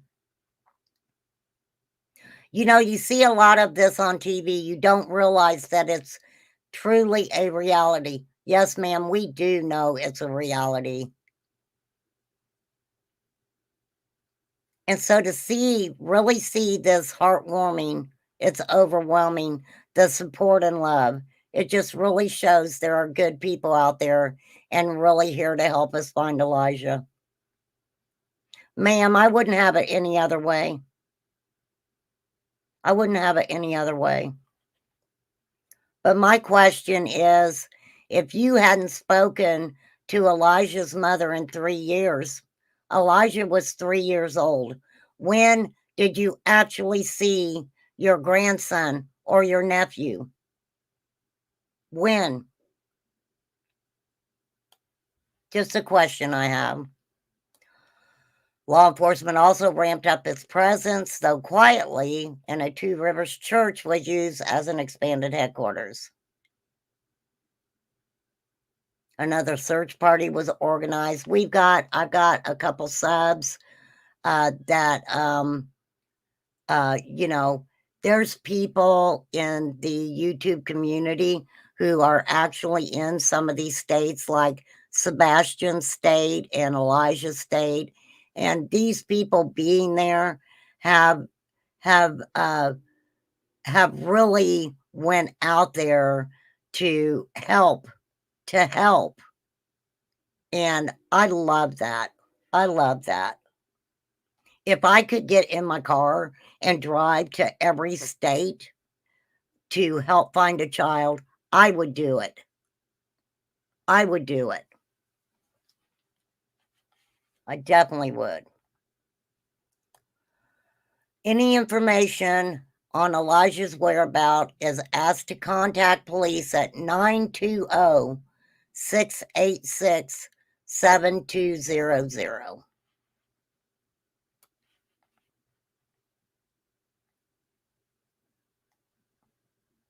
We need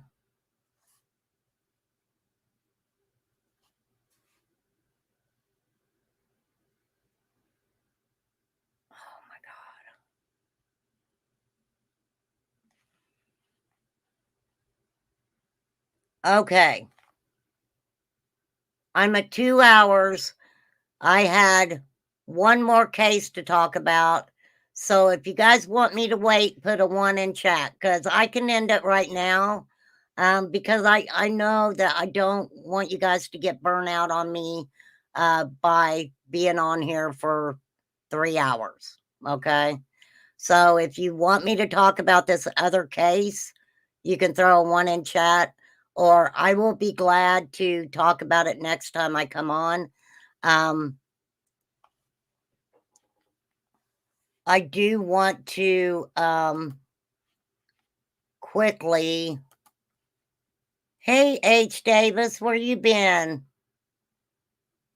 You little whippersnapper, yo. Where you been hiding? Where have you been hiding, Mr. H. Davis? Okay, I gotta go back and find something really quick here. Just give me a minute. Give me a moment. Okay, you guys, I'm gonna talk about this other case. Quickly, though, I want to remind you guys of a case close to my heart. Let me get over here. I'm just going to pull up my my community page really quickly. I want to remind everybody about a silver alert that was put out for an Indiana teen. Okay. Her name is Ella Saylor, Saylor. She's 15 years old. She's 5 feet 4 inches tall, 230 pounds, brown hair with brown eyes. Last seen wearing a gray Mackinac jacket with Washington, D.C. on the front and black pajamas with puzzle pieces printed on them. I have showed on other lives what exactly those look like. Now, Ella went missing from Muncie, Indiana, which is about 60 miles northeast of Indianapolis. She was last seen on Saturday, February 3rd, 2024 at 11 p.m. She is believed to be in extreme danger, and may require some medical assistance. That is why there is a silver alert declared on that. Another time I will get more into her case. But if you have any information on Ella Saylor, contact the Muncie Police Department at 765-747-4838 or call 911. I'm going to try to see if maybe I can get with somebody familiar with Ella to come on my channel and speak about her. She, in my opinion, I live in Indiana. If Ella was taken to Indianapolis, I'm not saying everybody in Indiana are bad apples. I'm not saying that. Because there's danger in every state, in every community, okay? But Ella needs to come home, okay? Ella needs to come home, and she has not been found yet. Okay, so prayers for Sebastian, prayers for Elijah, Summer. Now I am gonna. I don't know why this individual decided to do. This was written on February 9th, 29th. I'm sorry. We don't know that Elijah is unalive, okay? We do not know if he was red rummed. Do we think so? Absolutely. But I do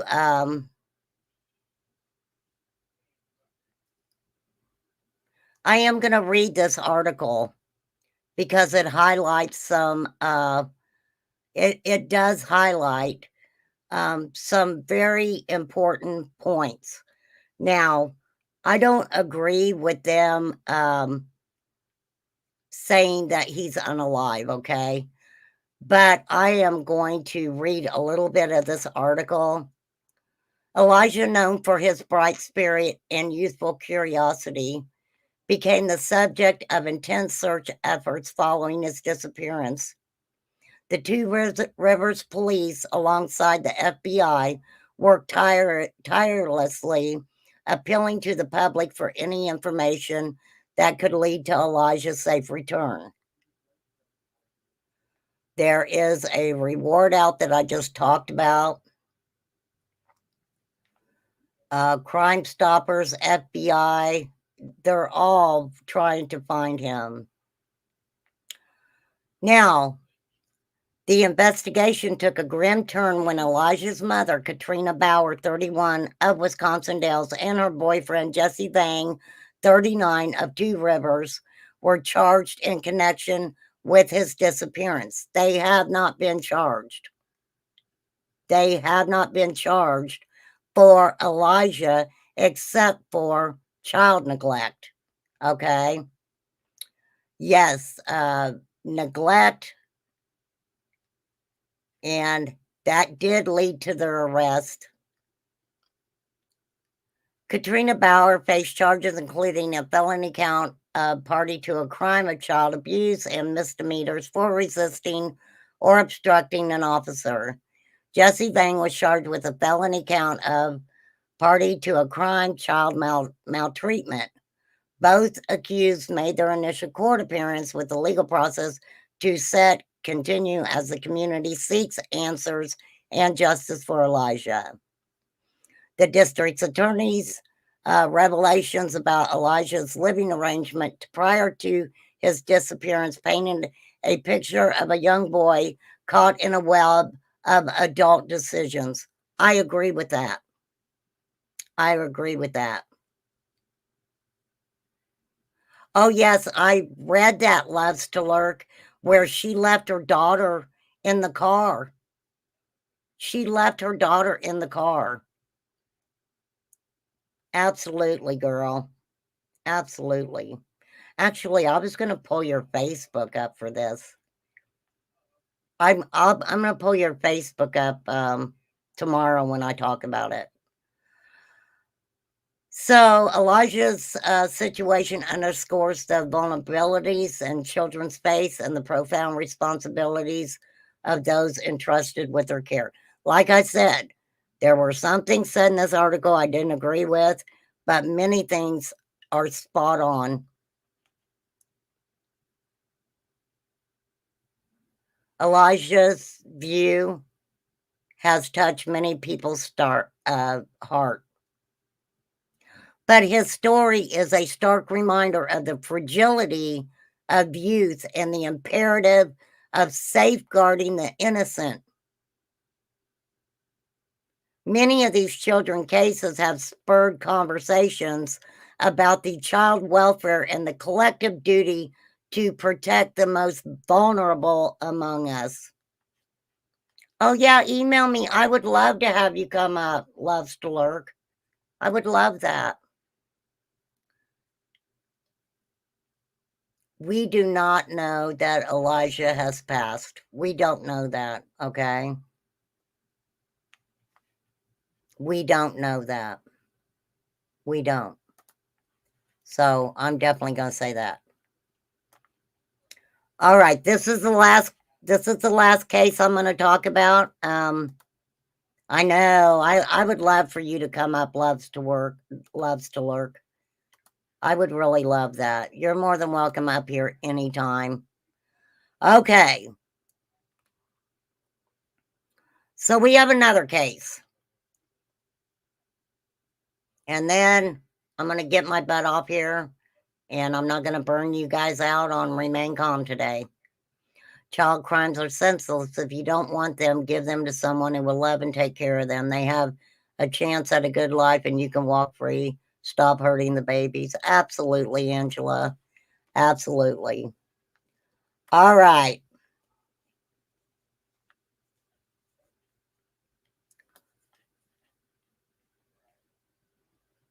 Girl at a sleepover where friend's dad allegedly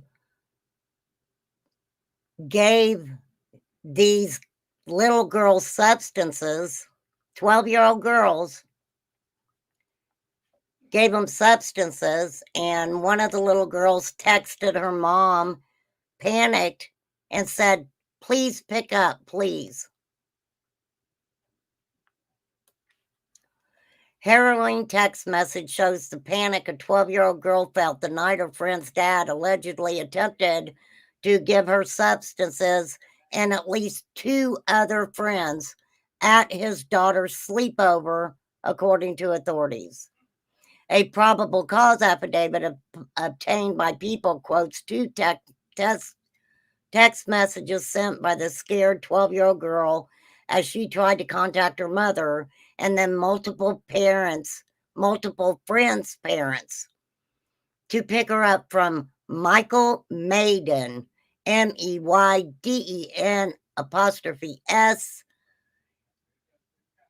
Michael Maiden's home in Lake Oswego, Oregon, last August.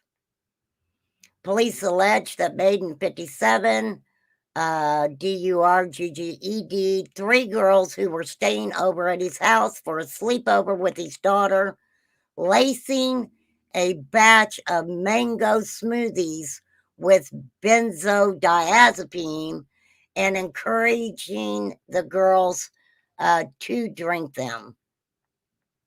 He was indicted last week on 9 felony and misdemeanor charges, including causing another person to ingest a controlled substance. After pleading not guilty, the father of 2 was released on a $50,000 bond last week. Don't forget, y'all, when I talk about the dollar amount for bonds, we're talking about 10%. 10%. So on paper, when someone says, "Oh my gosh, it was a $50,000 bond," you're talking about 10% of that. 10%. Sad. One girl at the sleepover didn't drink much of her smoothie and remained awake when Maiden allegedly returned to the basement where they were sleeping. A pair of the visiting girls on a pull-out couch and another sleeping next to his daughter in an extra bedroom in the basement. The 12-year-old girl told investigators that she pretended to be asleep while Maiden allegedly hovered over her and her friend on the pull-out couch and performed tests on them to make sure they were asleep. He performed tests on them to make sure. We love you, Teresa. We do, girl.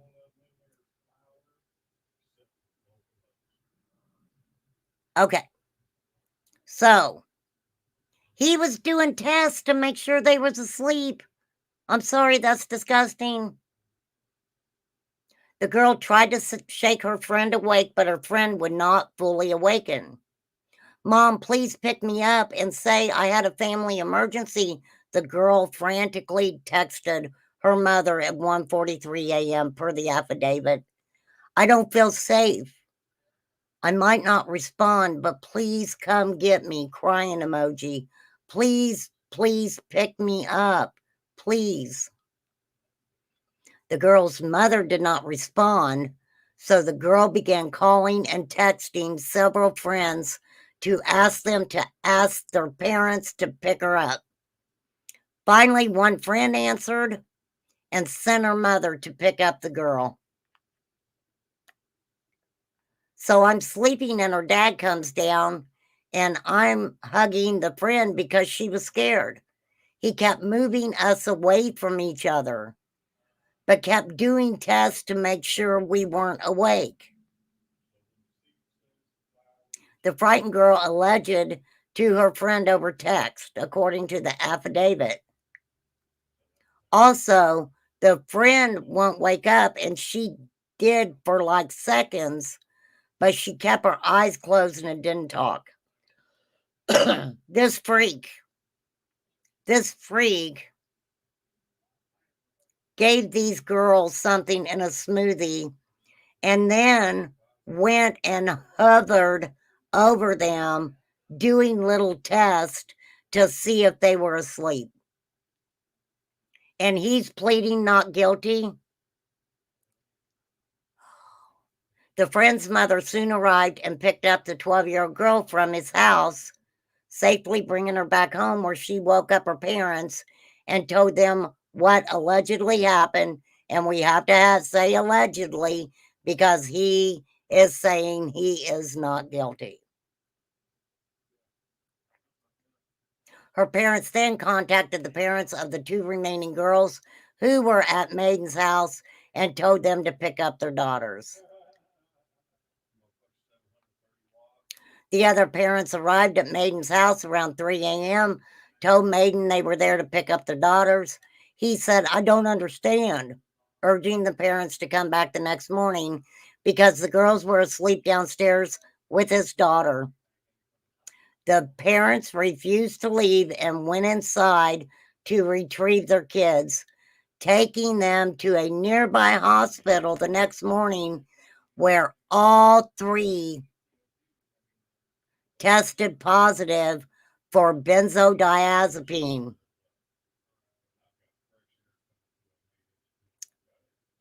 And guess what? 2 months after the incident, his wife was like, "I'm out of here. You are a sick MFer. I'm out of here." She divorced him. They got divorced. He is now living in Vancouver, Washington. He's out of jail. He's out of jail.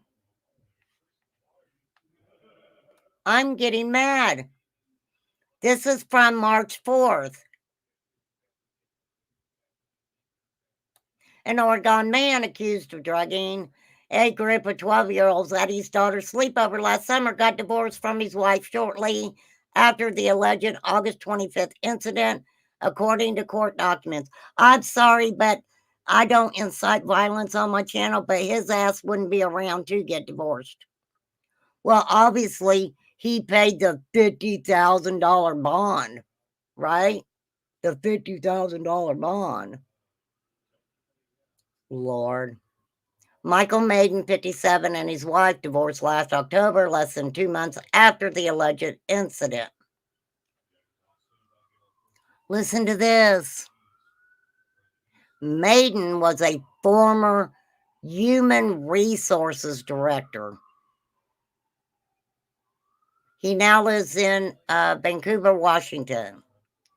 He was indicted last week with 9 felony and misdemeanor charges, including causing another person to ingest a controlled substance. So they just arrested him, gave him the $50,000 bond where he pleaded not guilty.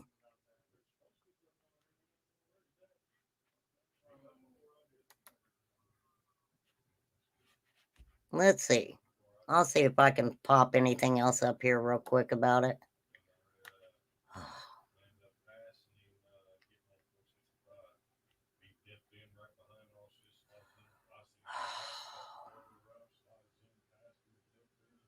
He surrendered to authorities on February 27th. He was arraigned the following day on multiple felony and misdemeanor charges, including endangering the welfare of a minor and causing another person to ingest a controlled substance. Let me see. I don't know if this is a video or not. No, it's not.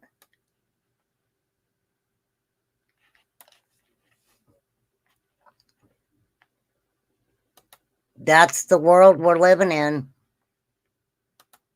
That is the world we are living in. And I hate to say that. I really do.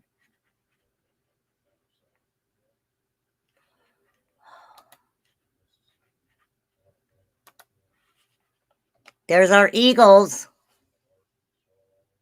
I gotta wind it down a little bit, y'all. Let's all take a deep breath and try to calm our minds. I know I threw a lot at you guys in 2 hours and 19 minutes, and I apologize for that. I know I didn't say any bad words. I didn't say any bad words. I will save it though. I'm telling you. Next time I do a roast, I'm going to be talking really nasty. Not all of us are creeps. And that's the thing too. I mean, like with Madeline's mom, we kind of watched that, right? Thank you, Teresa. We kind of watched that, and we're not we all seen something wasn't right with that interview, right? We all did.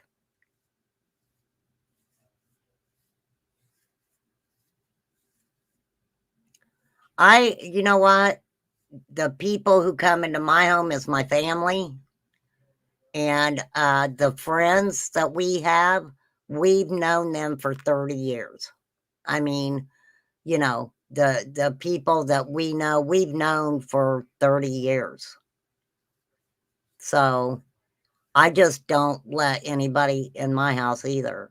If somebody comes that I don't know, they're going to talk to me outside. They're not coming in my house, right? They're not going to do that. Thank you, Karen. And thank you, mods. I do appreciate you guys. You guys have really, really helped so much. You know, you really have. You really, really have. And we're definitely sending love, love, prayers, prayers for Flies. And I can tell you guys, I know she's proud of you guys. I know she is. She certainly is. You guys are wonderful. You really are. I've got good subs. I've got great mods. You know, you guys' hearts are all in the right place for sure. Not all of us have initials of TM either. 2 people with those initials on YouTube. You're absolutely right. Absolutely right. I'm telling you guys, I would have loved to roasted Benny showing Tiffany Marie's content, dogging on somebody else. That would have been the highlighted roast of my career, even though I don't have a career. But I mean, I want to talk about Summer's case for a minute. And you know, I know that there's a lot of creators out there that have thousands of subs, and you know, I'm okay with what I got. Personally, I don't want any people of interest in a missing child case over on my channel. I don't want them up on my panel. Every person of interest in Summer's case, they all don't tell the truth. They don't tell the truth at all. And not to sound redundant, but this is a missing child. And I know some people are like, oh my gosh, people make money off of talking about Summer. And they do. Almost everybody has. Okay. Almost everybody has made money off of talking about Summer. And I just want to talk about the facts. I don't want to talk about the hearsay. And I don't care if Dawn and Candace whack each other around. You know, I don't care about that. I personally do not care about Dawn Wells complaining about anything. Dawn and Candace Wells has nothing to freaking whine about. They have been taken care of using their daughter's name for almost 3 years. Summer will be missing June 15, 2024. She'll be gone for 3 years. And believe me, Candace and Dawn has made a pretty penny off of their daughter's name. Off of their daughter's name. I don't have anything I want to ask them because I know they'll lie. I know they'll lie. And the questions that I have for Don Wells, he's just going to lie. And you know what? I'm sorry. My breath is precious. And I'm not going to sit and waste my breath trying to ask somebody questions who's just going to talk around in circles for hours. I had no desire to talk to Andy Bernard. Okay. I have no desire to talk to Jody Sue, Fred Hill. I don't need to talk to any of them. I really don't. Because guess what? They've all been flapping their jaws since June 15th, 2021, when Summer went missing. And guess what? Guess what? Has any of them, put a 1 in chat, if anybody in the Beach Creek area that has spoke about Summer Wells has said anything that you feel has helped her case. Put a 1 in chat if you think any of them people that have come on YouTube and gone on people's panels and everything, has any of them said anything that has helped find Summer? Some people may think they have. Some people may think they haven't. I don't think they have. Ooh, we Scottish moms put a 2 in there. And that's okay. That is okay, girl. We all have our own different opinions and stuff. But if anybody had said anything that was relevant in helping find Summer, she would already be found.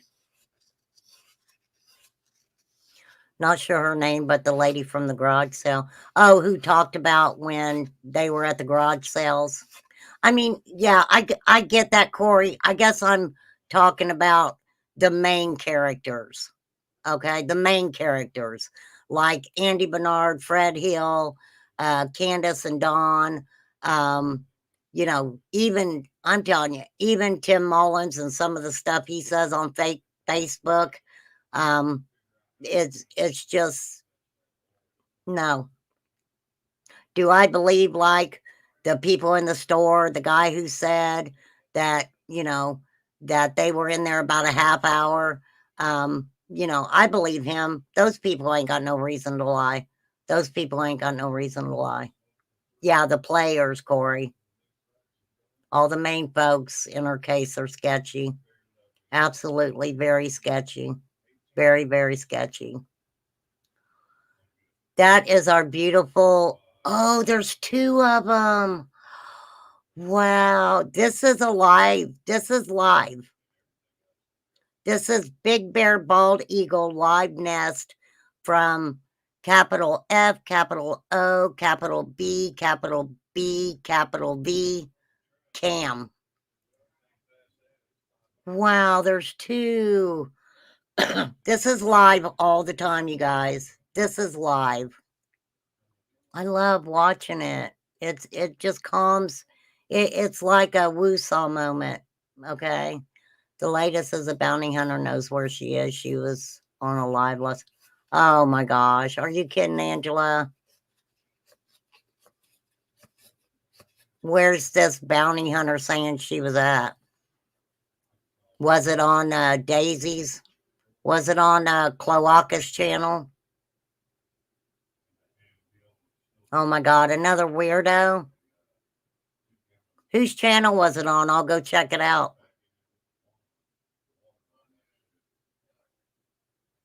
Not far from the wells. Whose channel was it on? Oh, white boy. Oh. You know, and this gets me too, and this is just my opinion, and I'm going to say it really quickly because a lot of people know how I feel about this. These people who act like that they're going out to these areas to find Summer or find any evidence of what happened to Summer. I don't want to be an ass, but excuse me, right? What do they think they're going to find?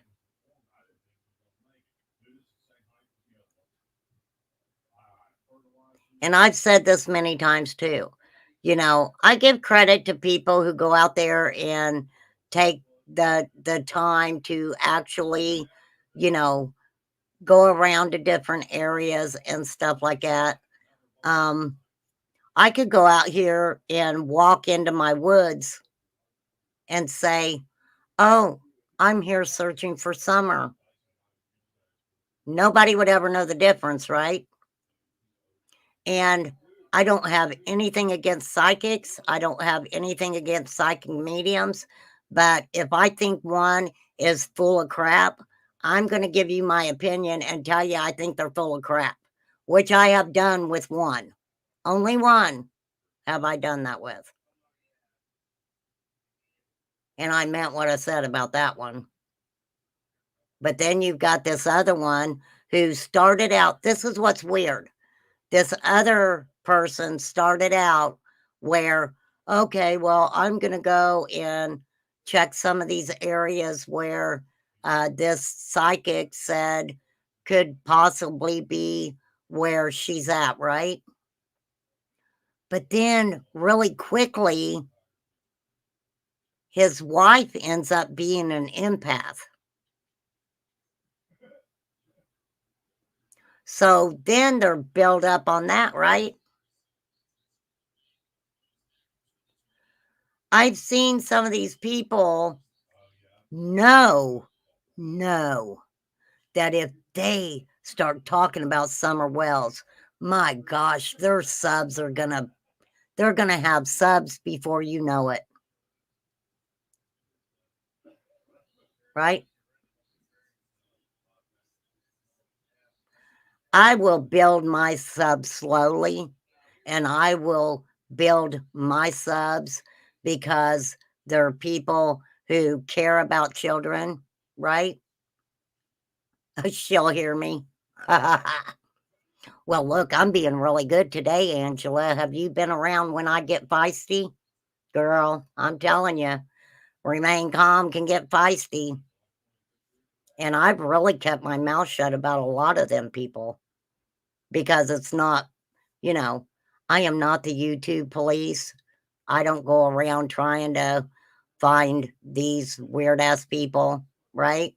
And let me tell you something else with the little Chango Chingo, whoever the hell he is.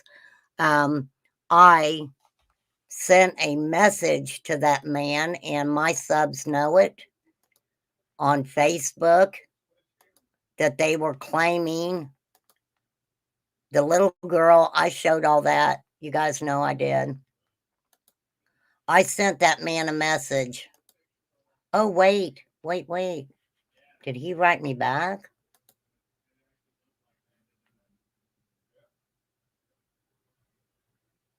Oh, no, he didn't. But they talked about this guy named Ken Stamey. I'm not a Facebooker, but I sent him a message. Guess what? 6 days ago, I sent that man a message, and he's never replied. I want to know, Mr. Stamey, who the little girl is that you have dancing around all those videos. I want to know why Chingo Chango is saying that that little girl is one of the little girls that you had and you were his neighbor. I think you all are jackasses. You want to mention donkeys? I think you all are jackasses. So, anywho, all right. If you guys have a missing child, please send her name to me. Please email it to me. Please go check out Crystal's Crime Time. I think it's Crystal's Crime Time, right? I don't want to get it wrong. Duchess and Dino. I adore Dynamite, but she goes when she does her lives, she does them like late, and I go to bed really early. So it's not that I haven't caught her because I try to go back and watch her stuff, but I adore Dynamite. You guys go check her stuff out. A few people who do clips, Be the Bean. I have to go check that, right? You know, there's so many people I got to catch up with on their content and stuff, but there are many, many creators who are doing and talking about these kids. Elena, Crystal talks about Elena. You know, we talk about these kids not for monetary gain, not for any other reason. Oh yeah, Miss Tia too. Thank you, Teresa. I didn't forget Miss Tia. You know, are we making a difference? I don't know. I don't know. But you know, I'm trying to keep the names out there. Vic, I have started checking into the girl that Cheryl was talking about, and boy, I've got a lot to say about that. So I definitely will start talking about that case too. So I hope that I kind of caught everybody up on, you know, a few things. And like I said, sorry that I talk about 2 or 3 different cases at once, just to kind of give everybody a update. And there's just some evil people in the world. If I had a great big house where I could have 20 babies come and stay with me to know everyone was being loved and taken care of, I would do that. I would do that. So, thank you guys. Thank you for listening to my song at the beginning. You know, I try my best. I'm not really a singer, but check out check out Jamie Johnson and Lead Me Home. It's a beautiful song. And I know I didn't do it that great a justice, but I did that for my friend. And, you know, it's very hard when you have a sibling or something pass away. I remember when my sister passed away, it was very hard, you know. Oh, I would make you all come and help me in the big house with 20 kids. You better believe it. I would have you all lined up for sure. Thank you, guys. Thank you, Teresa. If people would do like you and cover different children and facts only, it would make a huge difference. Well, I know, Sassy M, but, you know, not everybody can be like Remain Calm. That's for sure. It does take a village. It really does. So I'm going to get off here. I appreciate you guys. Thank you so much for putting up with me for as long as you did. I'm trying to get better about not going on and on and on for 4 and 5 hours. I don't want John Davis calling me Jody Sue Brown again. John, I never said the F word in 2.5 hours. Mm-hmm. Pretty good, ain't it? So, to everyone, I will catch you fucking later. How about that? I couldn't help myself. I couldn't help myself.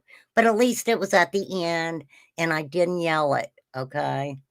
I didn't yell it. That's right. Everybody witnessed it, John.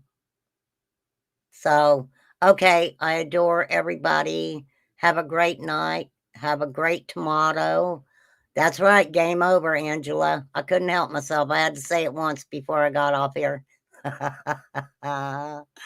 So, don't cost a dime. Be kind. If you got to get a little feisty, you go right ahead and do it. You all have a great, great afternoon. Go out, hug your family. You know, say something kind to somebody. You don't know what a shitty day they've had and what a little bit of kindness can do for somebody. And you got to remember, just because you see people in chats and you see their screen names or whatever, doesn't mean that you know what their personal life and what they may be going through, right? So some people don't share what they're going through personally on YouTube. And I get it. I get it because people can be really nasty, you know, so I get that wholeheartedly, for real. AC, I'm praying for honey. He's my honey. Nobody else can call him honey. Okay, y'all? He's my honey. Only my honey. And AC's honey, but she's married to him. So, you know, I guess it's okay if she calls him honey.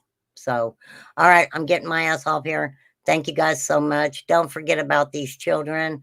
There's many other creators who are talking about different children. Check them out. Just check them out. There's no harm, no foul in checking other people out and, you know, seeing who you like or may not care about their content or whatever. So I'm going to get off here and peace out, everybody. Thank you, guys.